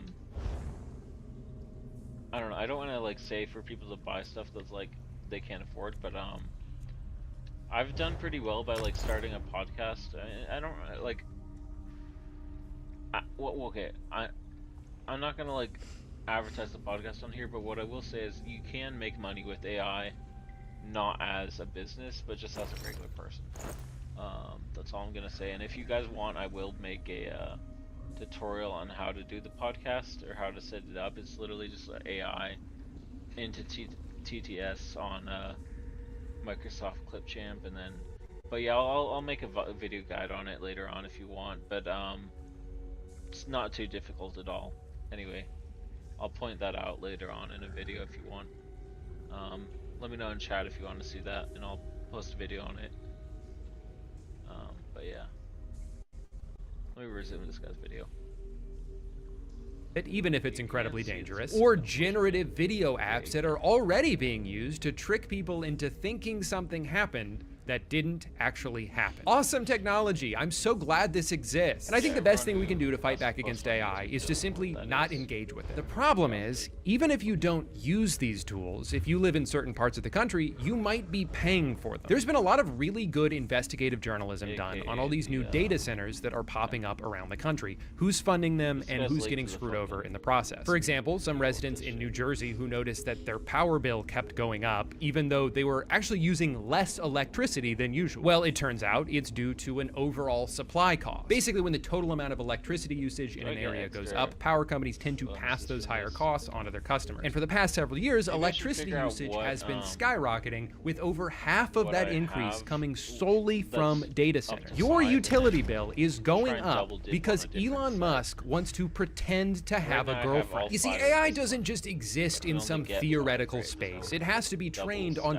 trillions of gigabytes of data, and that data has to be stored in a physical location. To power this, it requires an absurd amount of electricity, which generates an absurd amount of heat, which then requires an absurd amount of water to cool off. Most of these buildings use over 1 million gallons per day, roughly the equivalent of 10,000 people. This would be even more problematic if they were being built in areas where water is extremely scarce. So we should be good as long as we don't build a bunch of them in like the middle of the desert. Whoops. But to be fair, they are extremely efficient about it. They don't just use the water, they also poison. Every part of this process is wasteful and destructive, and this is only the beginning. AI is still a relatively new phenomenon, so we're only just starting to see the effects of this. But the Department of Energy projects that the percentage of electricity used by data centers could nearly triple in just the next 3 years. And who gets to pay for it? We do. It's hard for me to accurately express how infuriating this is. The giant buildings that power these stupid fucking technologies are being subsidized by people who just happen to live near them. Oh, but hold on, because they're technically contributing to the operating costs. So does that mean that they get to share in the eventual profit? No, of course not. They're more like involuntary investors, doing it for free. Or really, worse than free, because a lot of them are being kept awake at night by the deafening hum endlessly emitting from the factory shoved into the backyard of their homes that have now surely plummeted in value as a result. But hey, at least they're doing all of this to make a product that hopes to replace 80% of humanity. It's not enough that these people already own everything they could ever want. They could so easily afford to pay for these things without even noticing that that money is gone.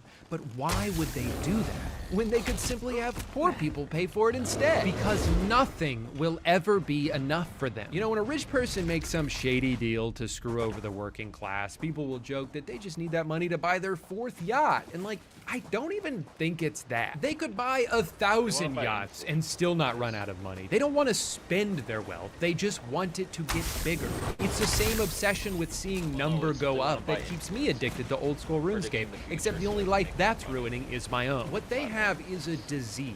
They have been scourged with the blight of insatiable greed, cursed to an endless pursuit of wealth that will never bring them true happiness. I would almost feel bad for them if they weren't actively destroying the world in the process. One of the most frustrating things about this problem is that if you even try to suggest that maybe these guys should just have a little bit less money, like you guys can still be rich, whatever, just turn it down a notch because you're kind of making shit terrible for everybody else. You're treated like you're crazy. No, this is the American way. If you don't like it, then leave. And yet these ideas aren't radical. They're not even new. Most people who advocate for a more progressive tax system are only calling for a return to something that used to exist in this country. We just forgot about it. So I think it's important to do a little history lesson here. If you can believe it, there was a time where the working class in this country actually had it really good. And it was mostly because things got so bad during the Great Depression that the government was worried about the country collapsing. Thousands of banks had closed, millions of people lost their entire life savings, unemployment peaked at 25%. So in fear of a revolution happening, the government was like, all right, fine, we'll give you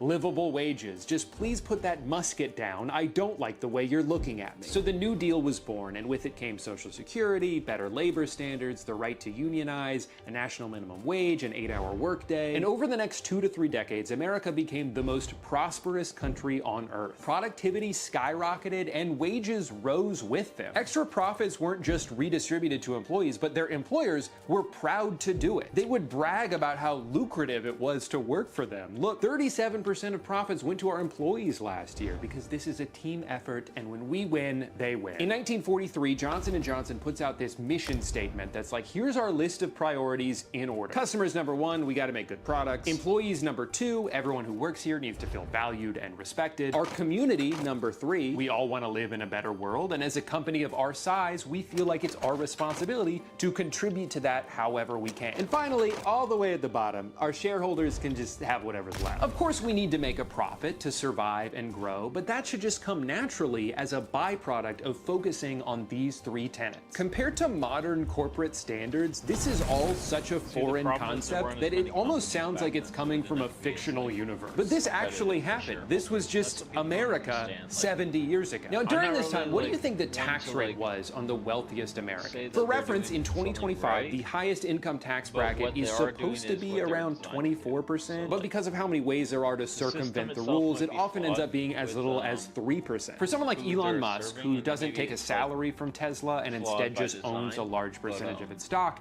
as long as he doesn't sell any of that stock, then technically there's no income to tax him on. Now, he can still leverage the value of those stocks to make purchases, you know, like how money works, but it's still not taxable because of the rules. This is how people like him and Jeff Bezos can be, in terms of net worth, two of the richest people on the planet, and in some years pay $0 in taxes. In the middle of the 20th century, the tax rate on the ultra wealthy was not 3% or 20% or even 50%.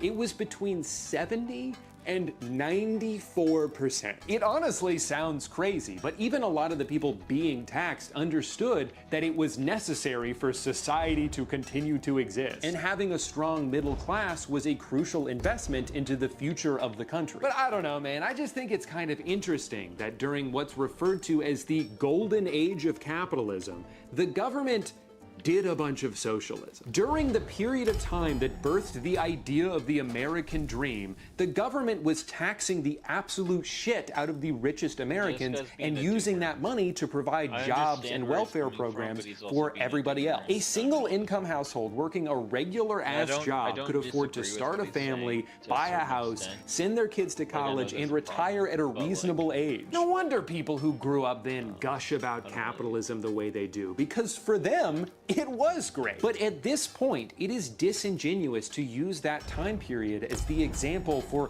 why capitalism works, because that version of it stopped existing a long time ago. The generation of people who started as beneficiaries of a more equitable system changed the rules once the roles were reversed and they had the power. So what the hell happened? Everything was going great. What changed? Well, there were a lot of things, obviously, but one of the first big dominoes was the US's involvement in the Vietnam War, which was expensive and deadly, but to be fair, also accomplished nothing. And this had long-term ramifications. America had been diverting so much money away from manufacturing and towards defense that it opened the door for other growing industrialized countries to surpass them. More and more products were becoming cheaper to import than they were to produce. This led to factories getting shut down, unemployment starting to creep back up. A recession hits, and we're now facing a pivotal fork in the road in the late 70s. Either we could go back to what worked in the past, prioritize the working class, reinvest into our own infrastructure, try to help lift people out of poverty they've fallen into through no fault of their own,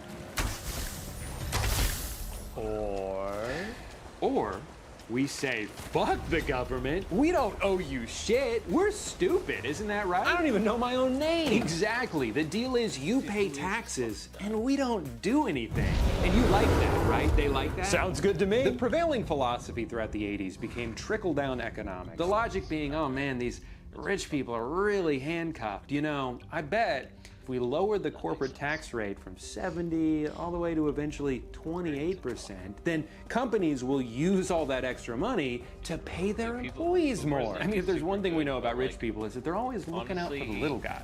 I don't know. Now, for some reason, this hasn't worked out yet, but it's only been 55 years, so the jury's still out. See, I would argue that part of the reason why companies in the 40s and 50s were so generous with their extra profits was because the tax rate was so high. I mean, think about it. If you're faced with the decision between giving a huge chunk of money to the government or redistributing it back to the employees who helped you earn it in the first place, you would be much more likely to do the latter, because it's an investment in your own company. It's a mutually beneficial exchange. Well-compensated workers are proven to be more loyal and more productive, and those are two things that you want. Now, there were other factors as well, loosening a lot of anti-monopoly regulations, the legalization of stock buybacks, but this dramatically lower tax rate is a big reason why the 80s serves as the dividing line on just about every economic graph you could look at. This was the beginning of a long and continuous transfer of wealth from the working class to the top 1%. And while it would be very easy to just blame all of this on then President Reagan, that would only be mostly true. Sure, this new approach opened the door for more exploitation and greed, but you still needed a few scumbags willing to go through that door for the evolution to be complete. And nobody sprinted through it faster than one man. The real-life cartoon villain who designed the blueprint that most modern CEOs are still following to this day. His name was Jack Welch, and he's often referred to as the man who broke capitalism. During his tenure as CEO of General Electric, he turned the once quintessential American company that reshaped people's lives and supplied hundreds of thousands of high-paying jobs all across the country into a worthless carcass and a joke of a corporation, all while he became one of the richest people on the planet. In the century before Jack Welch took the reins, I think he's probably watched the YouTube record. So his books, I have a couple of them and I have actually read them. This Jack Welch guy, he basically just instilled the modern corpo ideology into like every boomer and Gen Xer, and that's why they all believe in that shit. And that's basically what it was. It's not that he's like some great genius. He has a couple books, that's about it. But there's nothing personally I don't like about the guy. I don't know him, or I don't know him personally. I don't know what he did or what he didn't do. But I do know that he's kind of a slimeball in that he like indoctrinated the fucking boomers and Gen X. Maybe the boomers were already Gen X, or not already indoctrinated into the corpo shit. But I don't really think the Gen X were, and he like got a lot of them in that shit. And it's fucking annoying, dude. And also made a lot of them trust CNN. I'll let it run GE now. invented things like X-ray machines, jet engines, TVs, radios, and just about any kitchen appliance you can think of. In the 1980s, Jack invented laying people off. That was his big idea. What if we just fire a bunch of people? And then we don't have to spend as much money. It seems so simple and obviously very commonplace today, but before Jack, companies were not doing this. It was almost seen as un-American to fire somebody unless you absolutely had to. But Jack didn't think like everybody else. He was a pioneer. He bravely instituted the rank and yank system, where every year the bottom 10% of employees would get laid off no matter what. Not because they all deserved to be fired, but just because they fell on the wrong side of a spreadsheet. What's that? You were 3 years away from retirement and now you no longer qualify for pension? Okay, then die. And to be clear, the layoffs were also not because the company wasn't profitable. It very much was, but it just wasn't profitable enough. See, when you routinely shut down entire facilities, you uproot thousands of lives, you create a toxic and selfish work environment where loyalty is replaced with fear, and if you're a company with the size and influence that GE had at the time, you can almost single-handedly destroy any semblance of a middle class across all of America. But this number gets a little bit bigger.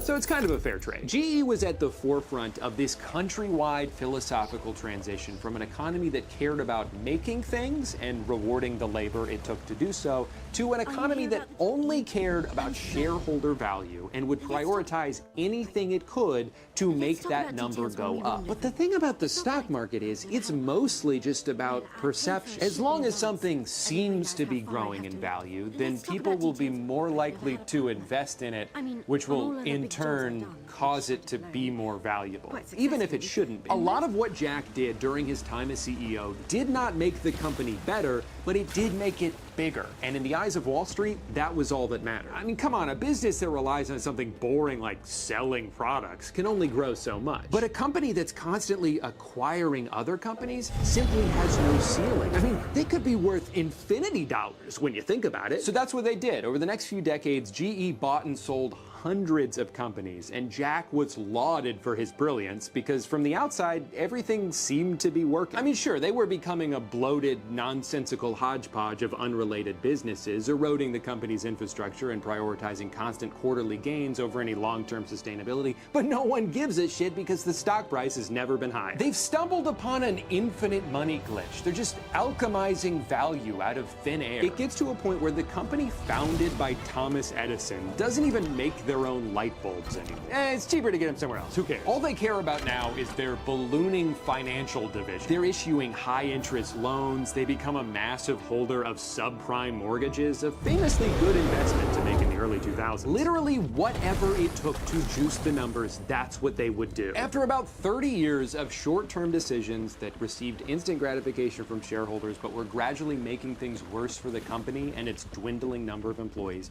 GE had become severely overvalued. And it wasn't until right after Jack retired with his $400 million severance package where his successors stepped in and were like, wait, this doesn't make any sense. The time bomb Jack planted explodes in their faces, and GE spends the next 20 years slowly bleeding out. And at this point, they couldn't fall back on just like selling microwaves because they'd been cutting corners on production so long that nobody wanted to buy any of their shitty garbage anymore. And of course, they had fallen way too far behind on innovation because they spent all their money on acquisitions instead of research. By 2021, the company that helped bring electricity to America was mercifully laid to rest, split into 3 separate institutions, none of which have come close to the dominance or influence that GE once had over the American economy.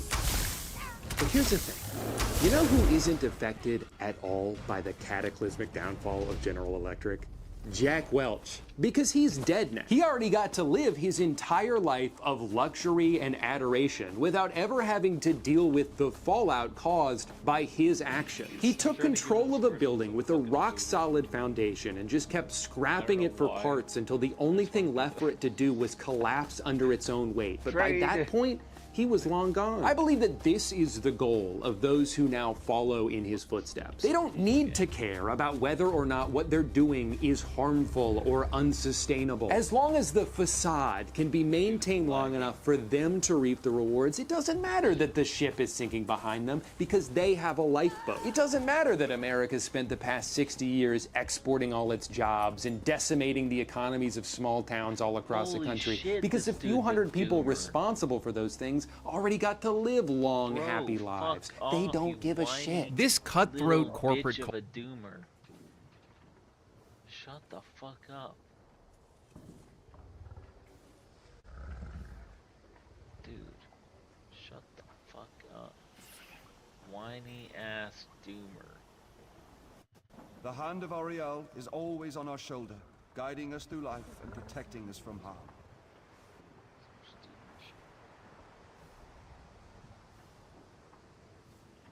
Enough, criminal! Bounty? Do I owe you a bounty? No, no, that cannot be right. It must be the other way around.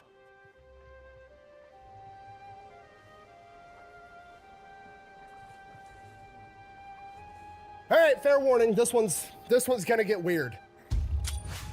Today we're talking about the watermelon war, that time that America and Panama had an international incident over a slice of watermelon, which it kind of sounds weird, but historically speaking, it's really not. I mean, Mexico and France almost went to war over a pastry. America and Great Britain almost went to war a third time over a pig on an island off the coast of Canada. And then there was that one time that Honduras and El Salvador almost went to war over soccer. So, I mean, war is weird. And to be fair, while it is called the Watermelon War, it was more of a riot, but it's kind of called the war because it had such a historical impact on the world. It's crazy. Basically what happened was a drunk American got in a fight with a Panamanian street vendor over a single slice of watermelon. Not even a whole watermelon, just one slice of watermelon, and that created a ripple effect through time that resulted with America creating the Panama Canal. Okay, I'm gonna say that a little bit slower if you're not picking up what I'm putting down. A drunk American got in an altercation over a slice of watermelon with a Panamanian street vendor, and then it resulted in America cutting the entire continent in half.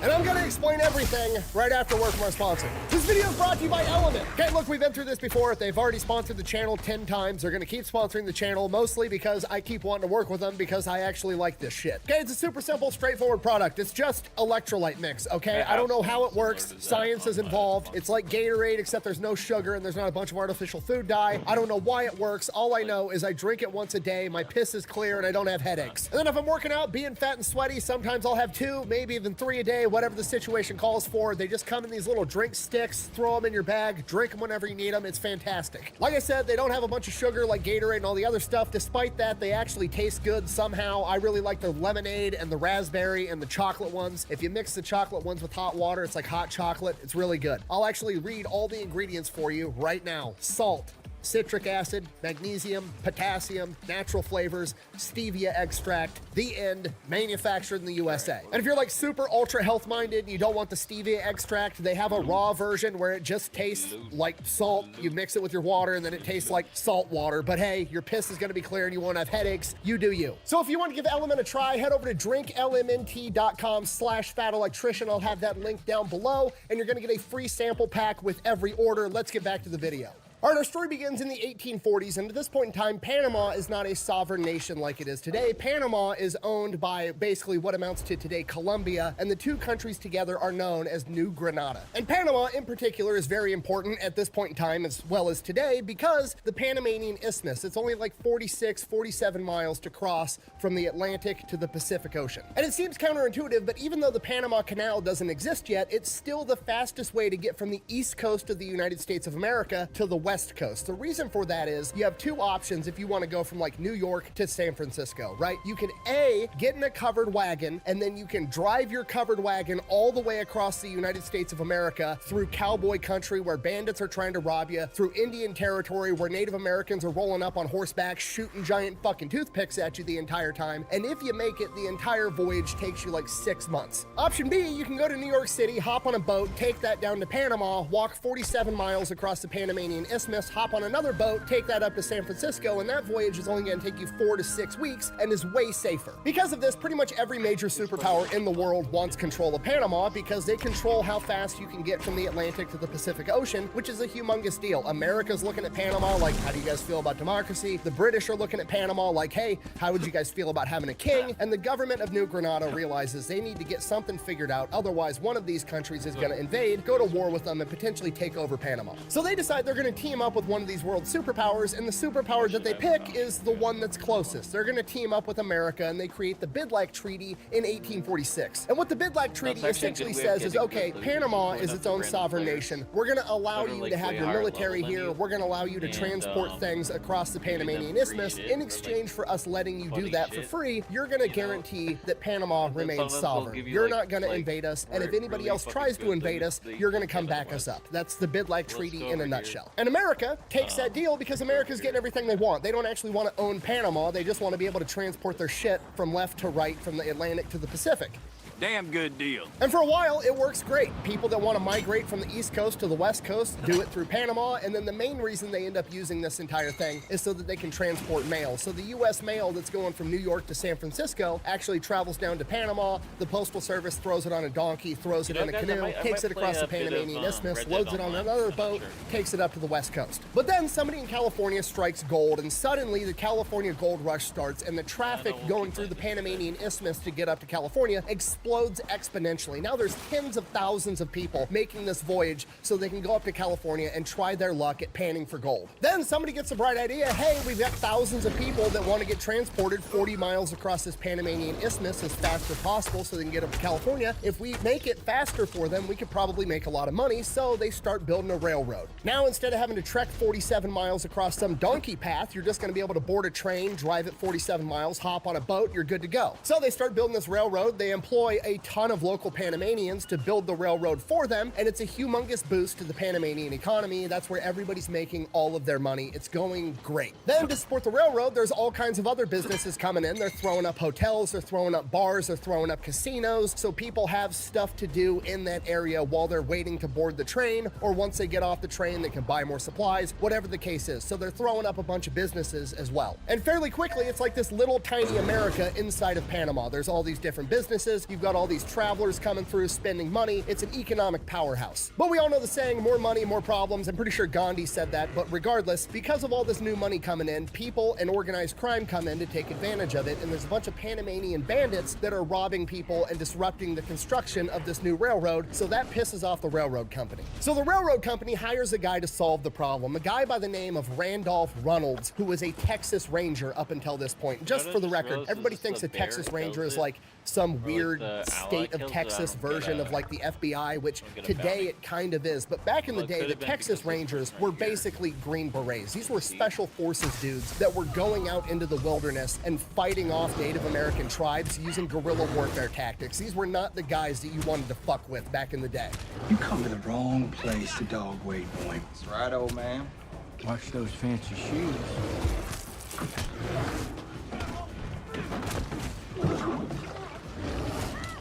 It's a real mess you get at point blank, but I'm happy to do it for you. So Randolph Runnels and his boys come in and they start capturing and killing all of the bandits. So much so that the locals end up referring to him as El Verdugo, the hangman, and everybody's absolutely terrified of him. He's notorious. And that pretty much puts a kibosh to all of the bandits. And then the railroad gets finished and all of the local Panamanians that were building the railroad get laid off and basically get told, okay, thanks for building our shit, now fuck off. So now the railroad's making a ton of money. All these local businesses supporting the railroad that are also owned by Americans, bars, saloons, the whole 9 yards. They're all raking in a bunch of money as well, and the Panamanian locals have just kind of been kicked to the curb. There's like this little America that they're no longer allowed in. They can't afford the property there. They can't live near it. They're no longer reaping any economic benefits of it, and because of this, there's a lot of resentment from the locals towards this new American business, which, to be fair, completely understandable. They built the fucking railroad, and now they're not benefiting from it at all. And to be fair, I have no historical evidence to back this next part up. This is me assuming a couple of things, but I'm going to go ahead and assume that the Americans that were coming through and traveling weren't super respectful of the local Panamanians, because you got to realize the Americans that are coming, these are all people that are like, okay, we have like cobblestone streets and streetlights in a modern society in New York City. I'm going to risk all of that. I'm going to move out to the wilderness in California and risk my entire existence on my ability to dig up a shiny fucking rock. Okay, these are not risk adverse people. These are people that are willing to gamble at all. So I'm assuming when they show up, they're not being respectful of the local population, and I would assume that makes it 10 times worse. Okay, I don't like it when people come into my small town and increase the wait time at the local restaurant. I definitely don't like it when they're being drunk assholes about it the entire time. That's just common sense. So that's what's going on in the background leading up to the Watermelon War. Then on April 15th, 1856, a bunch of Americans get in from the boat. They're waiting on the train to come pick them up. They've got a layover. One of these Americans is named John Oliver. Here's an artist rendition of what I believe he looked like. And John Oliver, like most Americans, determines, okay, I got to sit here for a couple of hours waiting on this train to come pick me up. I'm going to the bar so I can get hammered. So him and his boys go out to the bar. They start drinking. They get absolutely obliterated, and it just turns into the movie The Hangover. They start bar hopping from bar to bar, and as they keep hopping from bar to bar, they keep getting further and further away from the train station, and the further away from the train station you go, the more and more it starts to look less like America and more like Panama. We don't have no beer, just tequila. What's tequila? It's like beer. If it's like beer, we'll have some. 3 tequilas.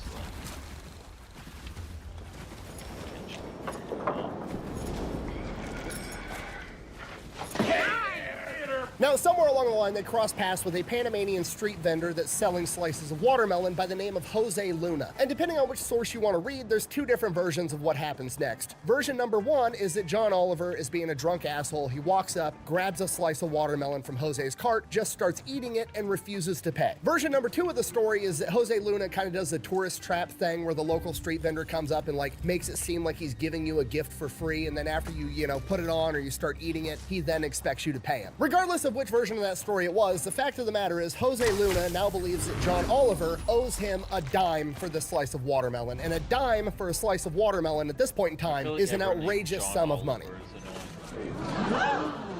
There it is! It's beautiful! Take your hat off, boy, that's a dollar bill! So they get into an altercation over this watermelon, they're arguing back and forth, and finally one of John Oliver's buddies, whose name has been lost to time, but here's an artist rendition of him, he decides that he's had enough of hearing about this, he'll just pay for the watermelon. So, like an adult trying to de-escalate the situation, he pulls a dime out of his pocket and then overhands it at Jose's face, hits him right in the forehead. At this point, Jose, pissed off, pulls out a knife, to which John Oliver, being the American in the situation, does what Americans do and pulls out a gun. So now we've got a standoff. Okay, things are tense. Everything is frozen. We've got a knife. We've got a gun. They're standing there. Everything's going fine. Everything's going great. This is the point where everybody's like, okay, you got your dime. We're gonna leave. We're clearly the assholes here. Everybody can just go about their merry way. But then one of Jose Luna's buddies, whose name also has been lost to time, so we're just gonna go ahead and call him Hose B. Hose B jumps in and tries to grapple the gun away from John Oliver, and during this altercation, the gun goes off and shoots an innocent bystander. Oh, shit! Ah, you mother... And that's it. It's done. This is the match that lit the powder keg. We've got like a decade of racial tensions between the locals and the Americans, and an American, whether he did it intentionally or not, just shot a Panamanian, and within a minute, the entire thing just devolves into a massive riot. Panamanians are coming out of everywhere with clubs and rocks and sticks and knives and machetes and whatever else they have, and just start beating the shit out of the Americans. And the riot just keeps growing and growing and growing, and eventually they're in the American part of town. They're looting and destroying all of the American businesses, the bars, the hotels, all of it. They're destroying and stealing absolutely everything. The Americans don't know what to do, so they all fall back to the train station. They barricade themselves inside, and they're sending out telegrams asking for help, and those get cut short because the Panamanians start ripping down the telegram lines. They rip up one of these phone poles and start using it as a battering ram, trying to get inside the train station. They're gonna kill absolutely everybody. Then the Panamanian cops show up. The Panamanian cops are kind of like this middle ground of like, they're Panamanian, they're probably also very frustrated with America being drunk assholes inside their country all the time, but also they're working for the city. The city understands that that's bringing in a ton of money, so they kind of have a vested interest in just squashing the entire riot. They're not really gunning for the Americans like everybody else. Yet. As the Panamanian police are trying to break up this riot, one of the Americans from inside the train station shoots out the window and shoots one of the Panamanian cops, at which point the Panamanian cops are like, oh, hell no. Oh, hell no! So now the cops are on Team Riot, and just as it's starting to look like they're gonna break into this train station and it's gonna be a massacre, a train pulls up. Okay, wasn't there, don't know exactly what went down, but in my head, I imagine this train slowly rolling up and coming to a stop, and before the doors open, the whole mob has just like stopped, and they're now looking at this train like, Americans just showed up, we're gonna beat their fucking ass. And then the train doors open, and out walks El Verdugo. Fucking Randolph Reynolds and all of his Texas Ranger buddies walk out with guns, aim them at the mob, and Randolph Reynolds says, drop your weapons. At which point, the Panamanians drop their machetes, their sticks, their rocks, their clubs, whatever they got, and they just fucking run. They're already scared shitless of this guy. He's a living, notorious legend. They take off. The riot is over. The smoke clears, 18 Americans have been killed, 2 Panamanians have been killed, a bunch of American businesses are destroyed, they were ripping up the railroad tracks, they ripped down all the telegram lines, it's a complete disaster. But it's not over yet because the American government hears about what happened and they have the typical American government knee-jerk reaction and they send in the Marine Corps. Yes! That's awesome! The Marines land in Panama 3 days after the watermelon riot, which is outrageously fast considering how long it takes for any communication in the 1840s. So the Marine Corps gets there, nothing really happens, they never fire a shot, basically the entire thing is over by this point in time. However, now the government of New Granada is pissed off that America just sent its military into their country. Like, that's an act of war, this is kind of a big deal. So the government of New Granada is like, you can't have your military in our country, to which America pulls the Uno reverse card and they're like, actually we can. We've got the Treaty of Bidlack that says we can have our military here to secure our own affairs, which is exactly what we're doing. To which the government of New Granada is kind of like, shit, they got a point. Okay, fine. The military can be here, do whatever you gotta do, and then get out. America, in typical American fashion, then doubles down and is like, by the way, whether it's our fault or not, whether we started this fight over a slice of watermelon, you guys destroyed a bunch of our stuff, the New Granada government is gonna pay for it. They fold, they agree to pay America $400,000, which is a ridiculous amount of money at this point in time as a settlement between the two. And then America triples down and uses this as an excuse to create American military bases on the islands right off the coast of Panama. So now America has military bases right off the coast of Panama, and they have the diplomatic justification to be able to use their military anytime anything is going on the Panamanian Isthmus that they don't like, which they end up using and deploying the Marines like 15 more times over the course of the next 5 decades. So now we're in the early 1900s, 1903, America's got a president by the name of Teddy Roosevelt. Here I come. Oh, here I come. And Teddy Roosevelt decides he wants to build the Panama Canal. He wants to be able to drive his boats right through Panama to go from the Atlantic to the Pacific and vice versa, and that's what he wants. So he goes to the Colombian government. The New Granada government has been renamed to the Colombian government somewhere within the past 50 years. It's the Colombian government now, doesn't matter. So he goes to the Colombian government and asks for a treaty so he can build the Panama Canal, and the Colombian government refuses. Oh, no. Which is a bold strategy considering that Teddy Roosevelt's most famous quote is, "Speak softly, but carry a big stick," which is literally a reference to you should always use diplomacy first, and if diplomacy doesn't work, you should use force. And at this point in time, a lot of the Panamanians were really upset with the Colombian government because Greater Colombia kind of treats Panama like a backwater. They're not investing in infrastructure, they're not really treating them as an equal part of the country, so there was a lot of resentment built up there. So Teddy Roosevelt goes in and is like, basically, hey look, if you guys have a revolution, America's gonna back you, which is kind of the nudge they needed. So they start a revolution trying to get their own independence from Colombia, and Teddy Roosevelt sends the American Navy and gunships to block Colombia from sending any reinforcements. Oh, we're gonna leave this. There's almost always good bait here. Because of this, Colombia doesn't even really try to stop the revolution. They're not able. I'm pop this off, and we're gonna end that scene. Okay, cool. Close picture in picture. All right, guys, I'm gonna move the webcam over a little bit, and all right, cool. I might end the live in a second, guys. But for now, I just want to show you guys. There's almost always good crafting recipes in this lighthouse. So you go to the Volker Guard Lighthouse, and you go in here, specifically in this backpack right here. So in here, it's not right now, but I guarantee you, if it's on there, it's either in here, no, or it's in here. Yep. So we got another crafting recipe. Sweet berry tonic. I don't really know what that is, but go here and we'll learn it. We might have already learned it. Who knows? Materials, supplies. Supplies. Yeah, we haven't learned that one yet. Cool. Learned a new crafting recipe, and sometimes there's one.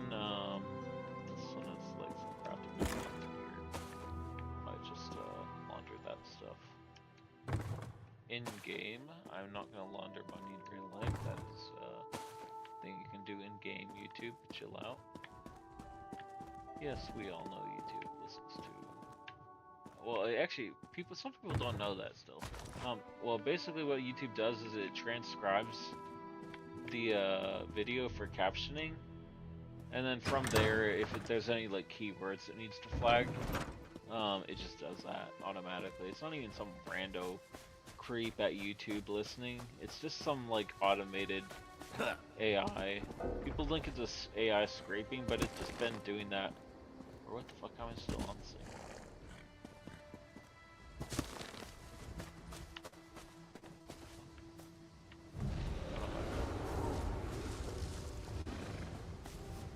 Holy shit, it lags in the city.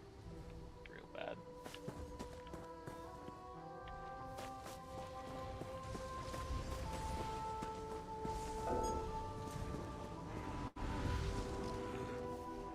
Can't you see I'm busy?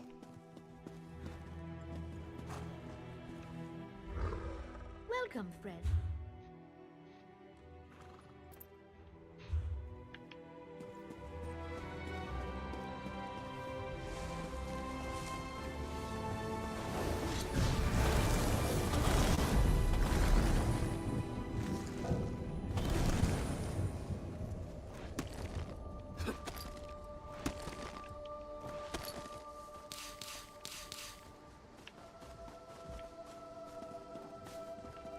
Hold them!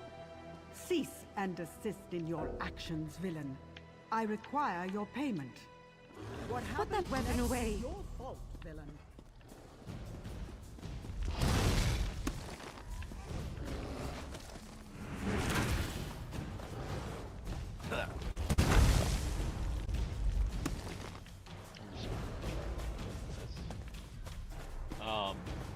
But yeah, as I was saying, there's normally in the backpacks is where you can find the good crafting loot. I don't know why people dodge rolling or whatever. But I'm just trying to get away from this real quick. Fucking stupid guard chasing me. The lag.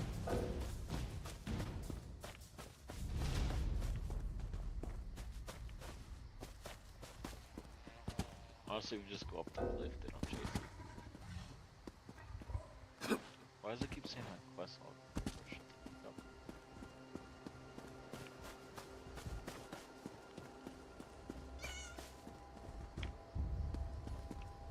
up. You low-born sneak. I don't fucking care. Battle at all.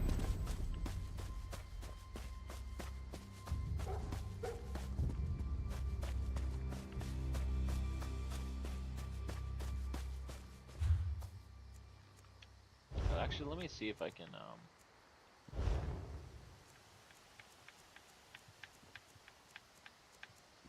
here we go.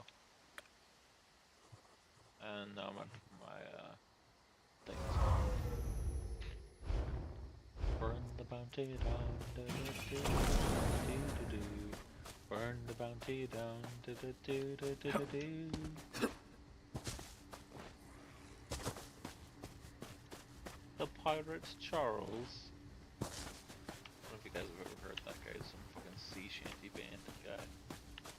Sea shanty rock, whatever the fuck you want to call it. It's pretty cool. I don't know. It's not really cool. It's just like kind of interesting. I just like that one song. I don't really know much of his shit, but it's a cool song. The way it sounds.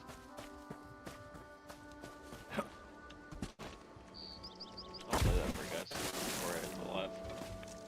Or I don't know, because I don't think I've had any copyright strikes yet, but yeah, actually I do want to do some enchanting. Maybe we'll do some enchanting. I know there's a crafting hall that has enchanting.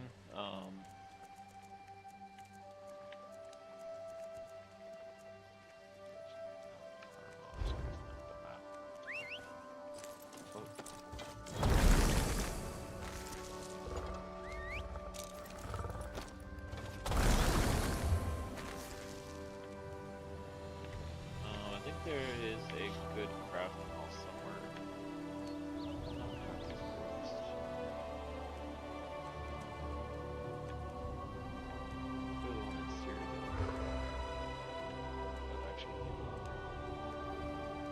Oh, you know what we can do? We can go to Wardenfell and that's only 98 gold. Just teleport there. I wanna get a bunch of fishing bait. And there's a lot of good things you can kill there to get bait. Or maybe I was thinking of, no, it's this one. Or what the fuck is this thing?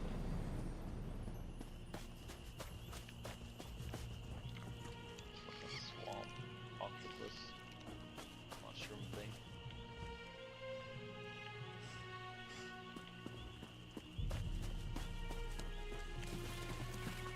Ogre struck ass swamp.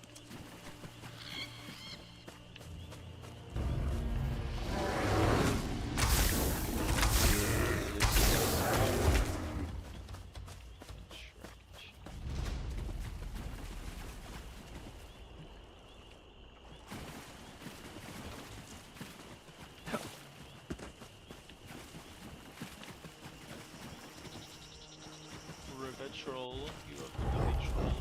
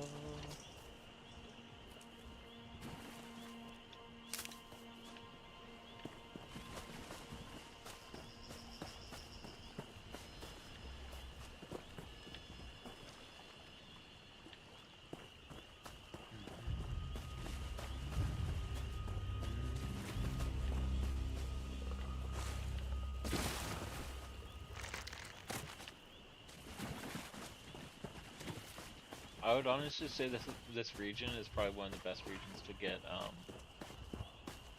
shit bait, because you can get a lot of river bait and also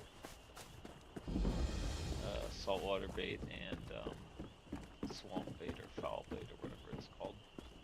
I don't know why it's supposed to be, it just is.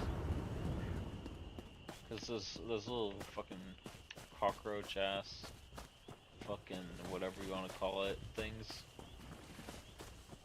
the little like centipede things, sometimes are on the ground, but those are kind of hard to see though.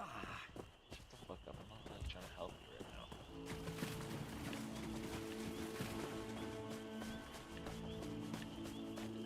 I played this game for a long time. I just haven't really ever gotten that many hours into it. I definitely didn't play to completion. But I do want to do that on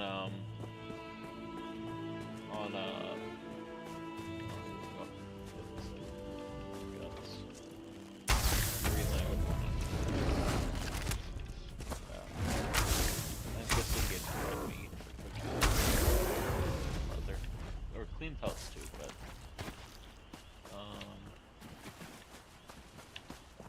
by the way, I think that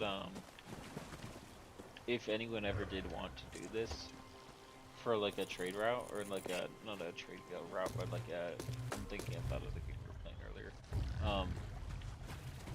But like, for example, if you had a merchant in a guild, I'm not in a guild, but if you wanted to, selling basics that you need it for crafting and fishing are two really profitable things if you do it in mass. So like, because some things will only sell small amounts of, like stuff like this though. Well, that guy's gonna die real quick, but selling stuff like white meat and like fishing bait and like different like cooking ingredients, that stuff will sell like on mass if you need it for crafting. Same with like rawhide scraps and stuff, if you have a lot of that. And I'm gonna be honest, I kind of do want to join not a trading guild specifically, but just like a guild that has a trading thing. I wouldn't mind that, you know.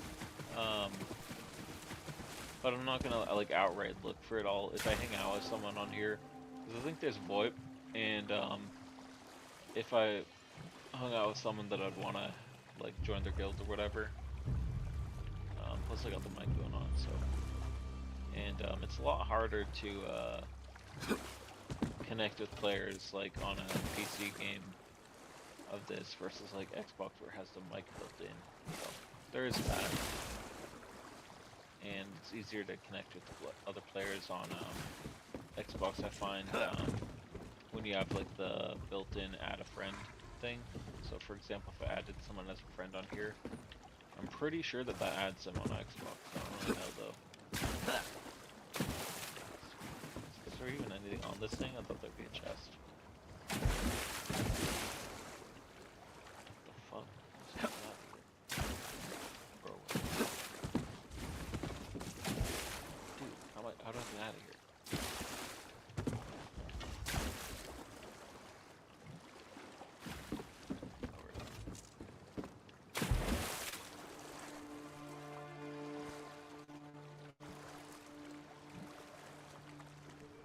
Keeps having a jitter. That's the annoying thing about it. Like, it's not like lagging, it's just because I'm playing on cloud, it's jittering or whatever. You know, Xbox.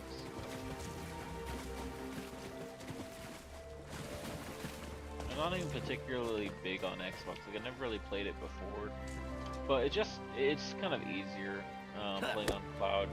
I have a decent computer. I don't always want to download all the games and then take up my whole bandwidth for the, because you know how like with your ISP sometimes you throttle it, or they'll throttle you, whatever it is, and I get that pretty often with streaming. I get throttled. It's very annoying, but I think it's less likely to be throttled if I'm just using a small amount every day versus a large amount. Multi-streaming especially does it, you know. Multi-streaming is a bitch with getting my thing not to be throttled. My ISP. Sons will throttle me after a few days. One channel will like falter on the feed. I don't really know why that is either, because my old computer did not do that. It really didn't, and I don't really know why it does on this one. But, you know, it's fine. Let's see what we got going on here. Mobs, or whatever you want to call them.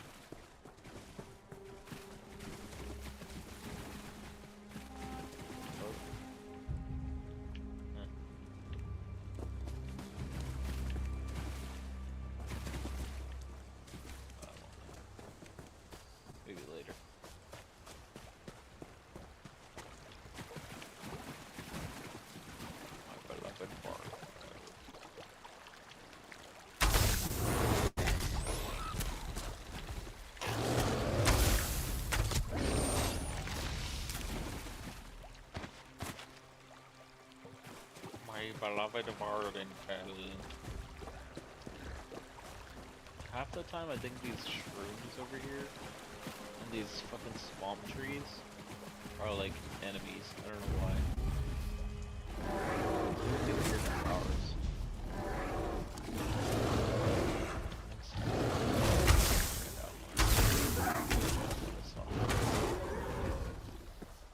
Imagine if you were in a fucking swamp like this or a forest. I mean, I know some people live in areas like this, but like, I would not want to live in an area like this, dude.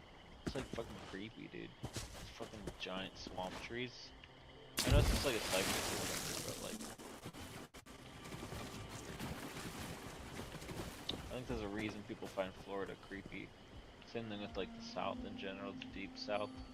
It's not because of people there or any. I mean, sometimes people don't like them, but I hold nothing against people. I think people in general, everywhere, average people, live in life.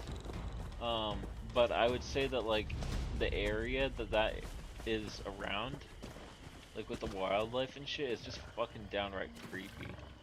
Like the gators, snakes, and all that shit. And I think that's kind of how this area is. Like even though it's not really like not really like anything weird about it, but it's just like fucking swamp central.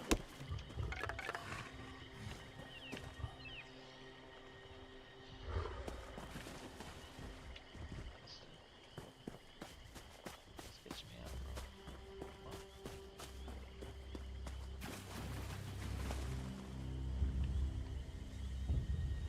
Bro, what the fuck is this guy? It's literally Shrek. It's literally Shrek's castle. Bro, it's literally Shrek. It's literally called an ogre. Got a donkey coming into Shrek's swamp. No, I halfway want to buy the actual like lightweight donkey follower thing, because there's actually a thing that is a donkey. I just want to kill this thing having a donkey. What? Fiona! Don't do it, Fiona!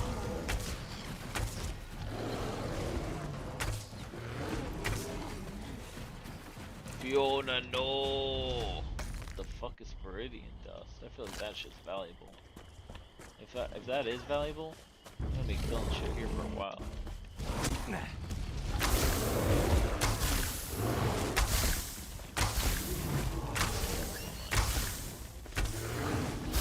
I think that I can,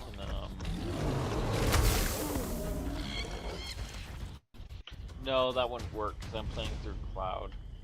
Okay. I was gonna say, I know there's like a... I wish that... maybe there is a way to... Fuck off, you stupid flying little Nixad, whatever the fuck you are. Thing of fucking Tinkerbell ass motherfucker. Weird thing. Lagging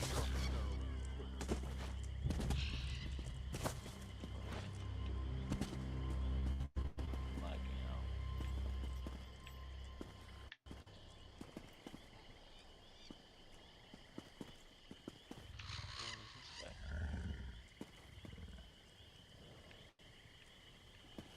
I was trying to loot this thing, but I guess I can't. I definitely can't kill this guy though. Fuck off. Who are you there? Fuck off. I don't even know what the fuck you are, mate. But you're dead. You're dead, mate. You're dead. Cornflowers. Corms. Did you guys know corms are an actual type of potato-ish thing? It grows in the western United States. Fun fact, I know a decent amount about edibles, and not the kind that you bake. But they're kind of cool. It's kind of a cool skill to know. Whoa, what the fuck is this place?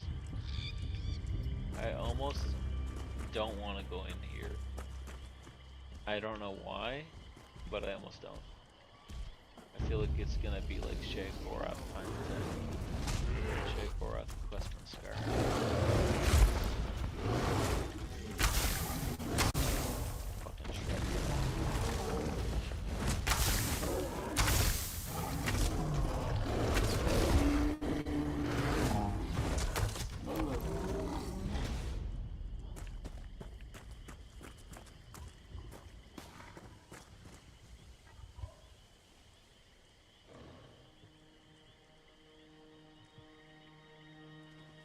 Alright, you know what? I'm gonna go in here.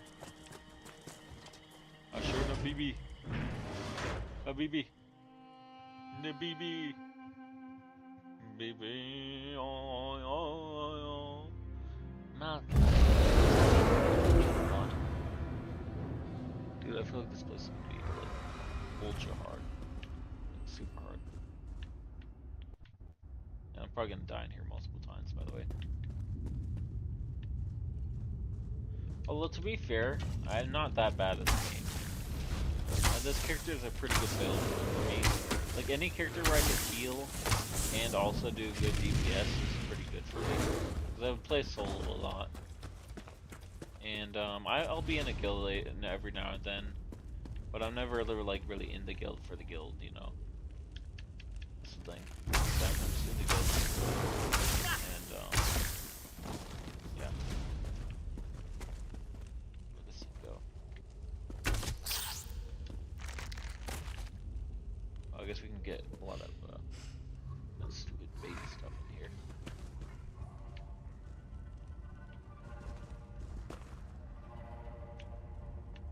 What the fuck is this thing?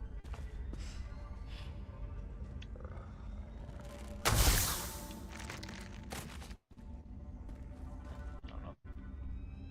Anyway. Let's go kill Shrek. But this is gonna be a mega Shrek at the end of this place.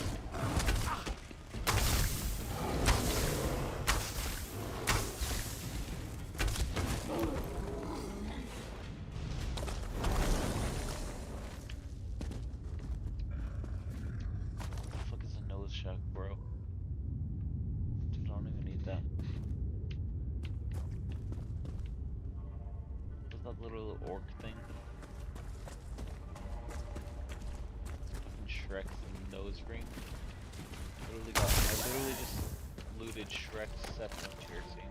Bro, what the fuck? And Shrek's hovel.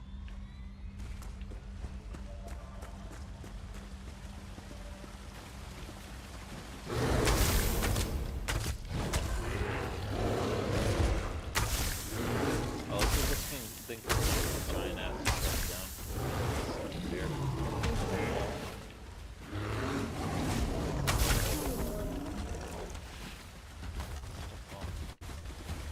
Where is Mega Shrek? Oh, it's not Mega Shrek in here? Oh, there is Mega Shrek. There is Mega Shrek. Mega Shrek. It's not Mega Shrek.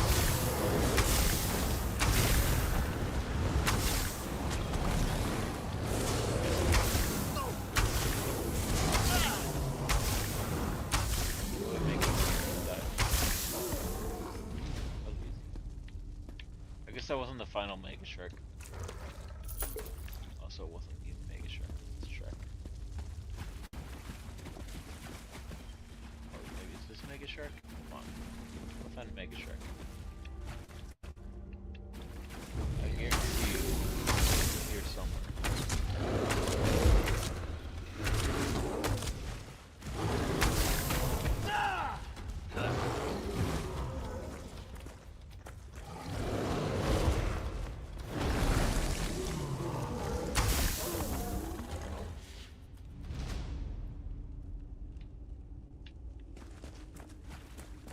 I guarantee you I can find Mega Shrek here somewhere in this fucking deep, dank asshole. And that sounded weirder than I meant it to, but I guarantee you Shrek's somewhere. Who the fuck is this guy? Go away. Yeah, go away.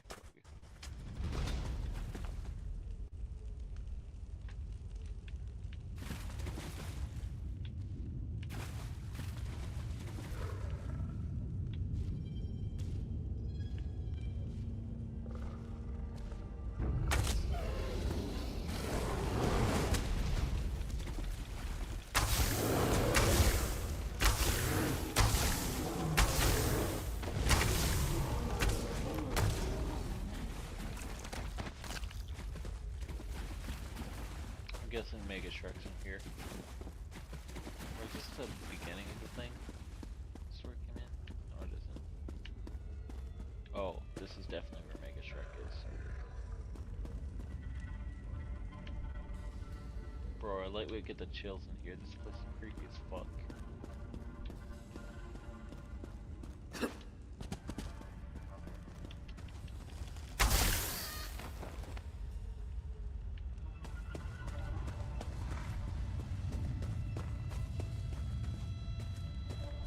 In here then? The inner chamber. Oh, what the fuck? To the next. Come on. Dude. What the fuck?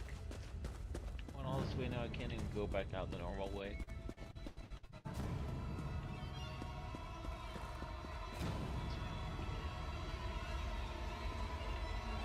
It's running out of this place.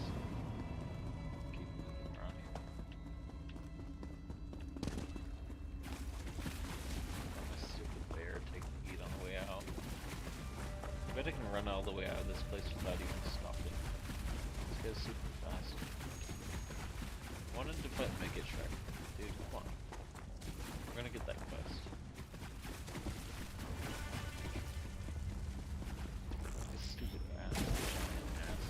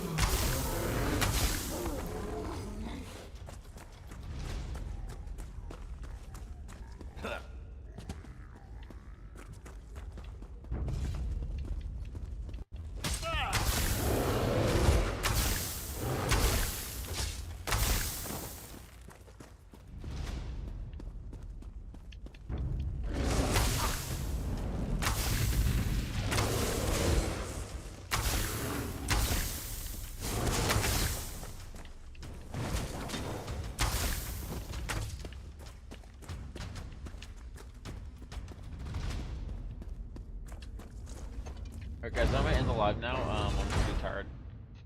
I know it's only 8 o'clock and kind of early for some people, but kind of had a long ass week, dude. I don't know why. Just like, I'm just very tired. I don't know why. I just had a long week. But to be fair, this is kind of a relaxing game. Although I might hop on back on that one sailing game. We'll see.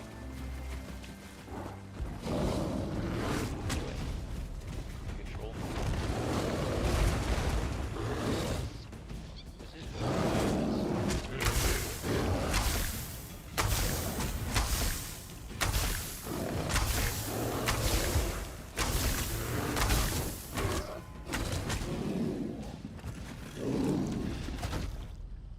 Guys, I'm gonna equip Shrek's septum piercing.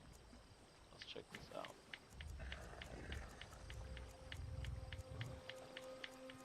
Where is it? Oh no, it's a brain. Shrek. Or where the fuck did it go? Is it not like... I could have sworn I picked up Shrek's fucking septum piercing. That's the thing. Weird ass fucking piece of jewelry.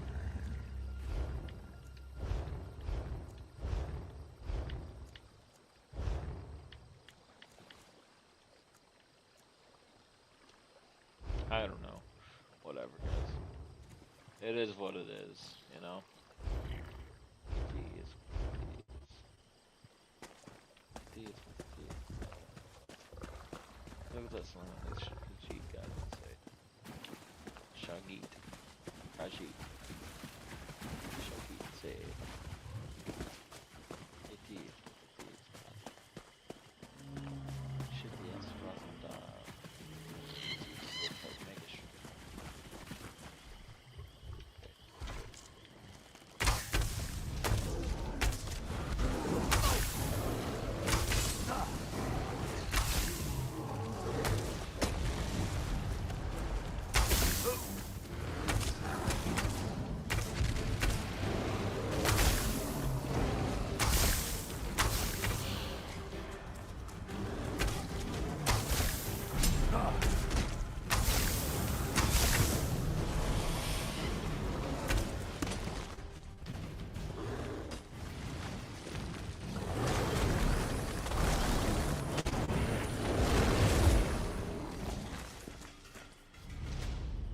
know how I just tanked all those guys.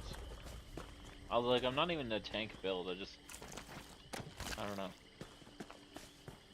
I literally just have all on everything. Like, even on everything skill. And then I have, like, mostly DPS, but then also, like, some heal. It's a pretty good way of doing it, in my opinion, if you're playing solo.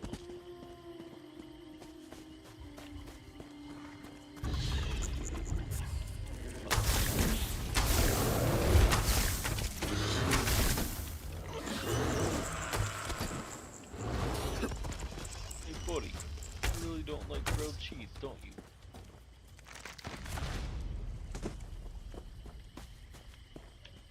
Big boy napping.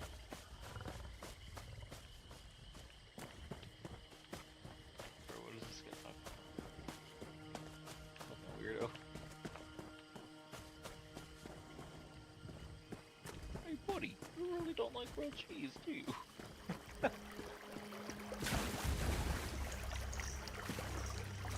This does not look like pure water, it looks like small water.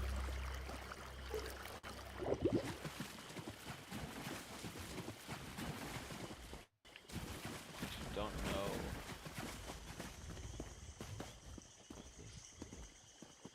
Dude, this looks weird. Looks like a horse steak. Dude, some fucking horse cock.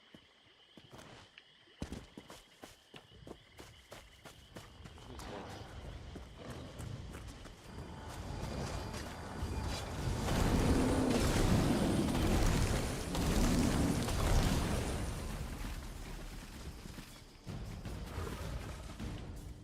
What the Oh, is this a PvP match? I don't know if this was.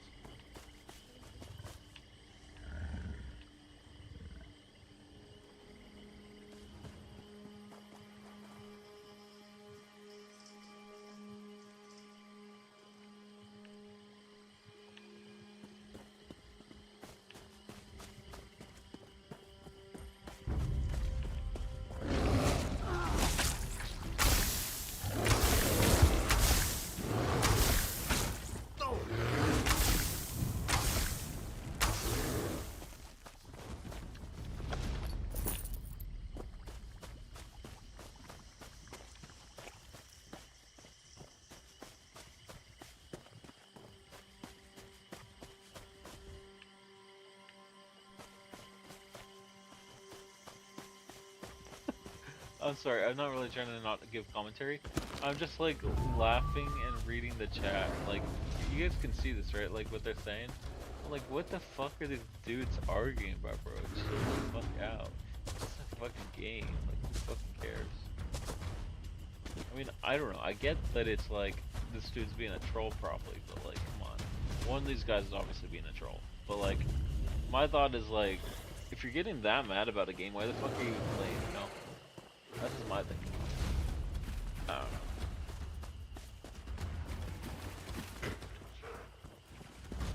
know. Anyway, guys, I'm gonna hop off. I might be back on. I don't know if I'm gonna be back on tonight. It's already 8 o'clock. I don't want to get on a bad sleep schedule. Who the fuck are you? Oh, thing. Giant crab spider. But yeah, I'm gonna hop off. I'll be on later. Probably tomorrow morning or later tomorrow and the late morning or like noon East Coast time, Pacific, probably 9 o'clock. I'll probably hop on kind of early, be on most of the day tomorrow. But yeah, I hope you guys have had a good time hanging out and watching me play a few games. I know games are getting expensive, and I just want to like, I know there'll be people. What the fuck is this? Bro, what the fuck? I don't even know what the fuck that was.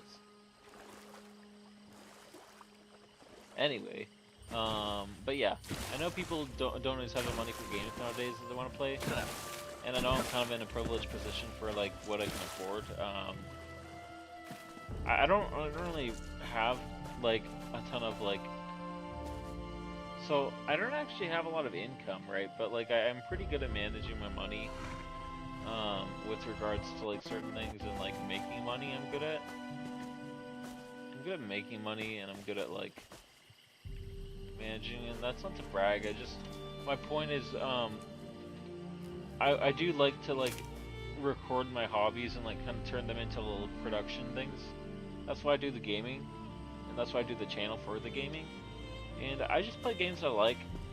I'm hoping to have you guys along for the ride, and you're more than welcome to join in and friend me on Xbox or Steam. I think you guys can see my user ID when it pops up on Steam or Xbox. Probably, and then you can see it on Xbox, but whatever.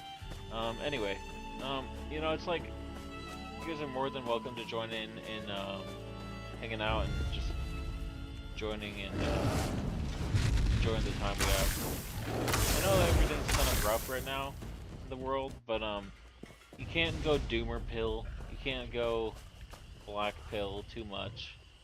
I mean, obviously some things about life are kind of black pill, but you know, it's like life is hard, and you kind of got to get through it, and you got to like enjoy the fun stuff while you can, and where you can. You know, I find gaming fun, but obviously I have other side hustles I do. I used to do DoorDash. DoorDash kind of sucks shit now, but you know, if that's all you got, that's all you got. You know, you got to do with what you can. But I would just recommend you guys stay busy and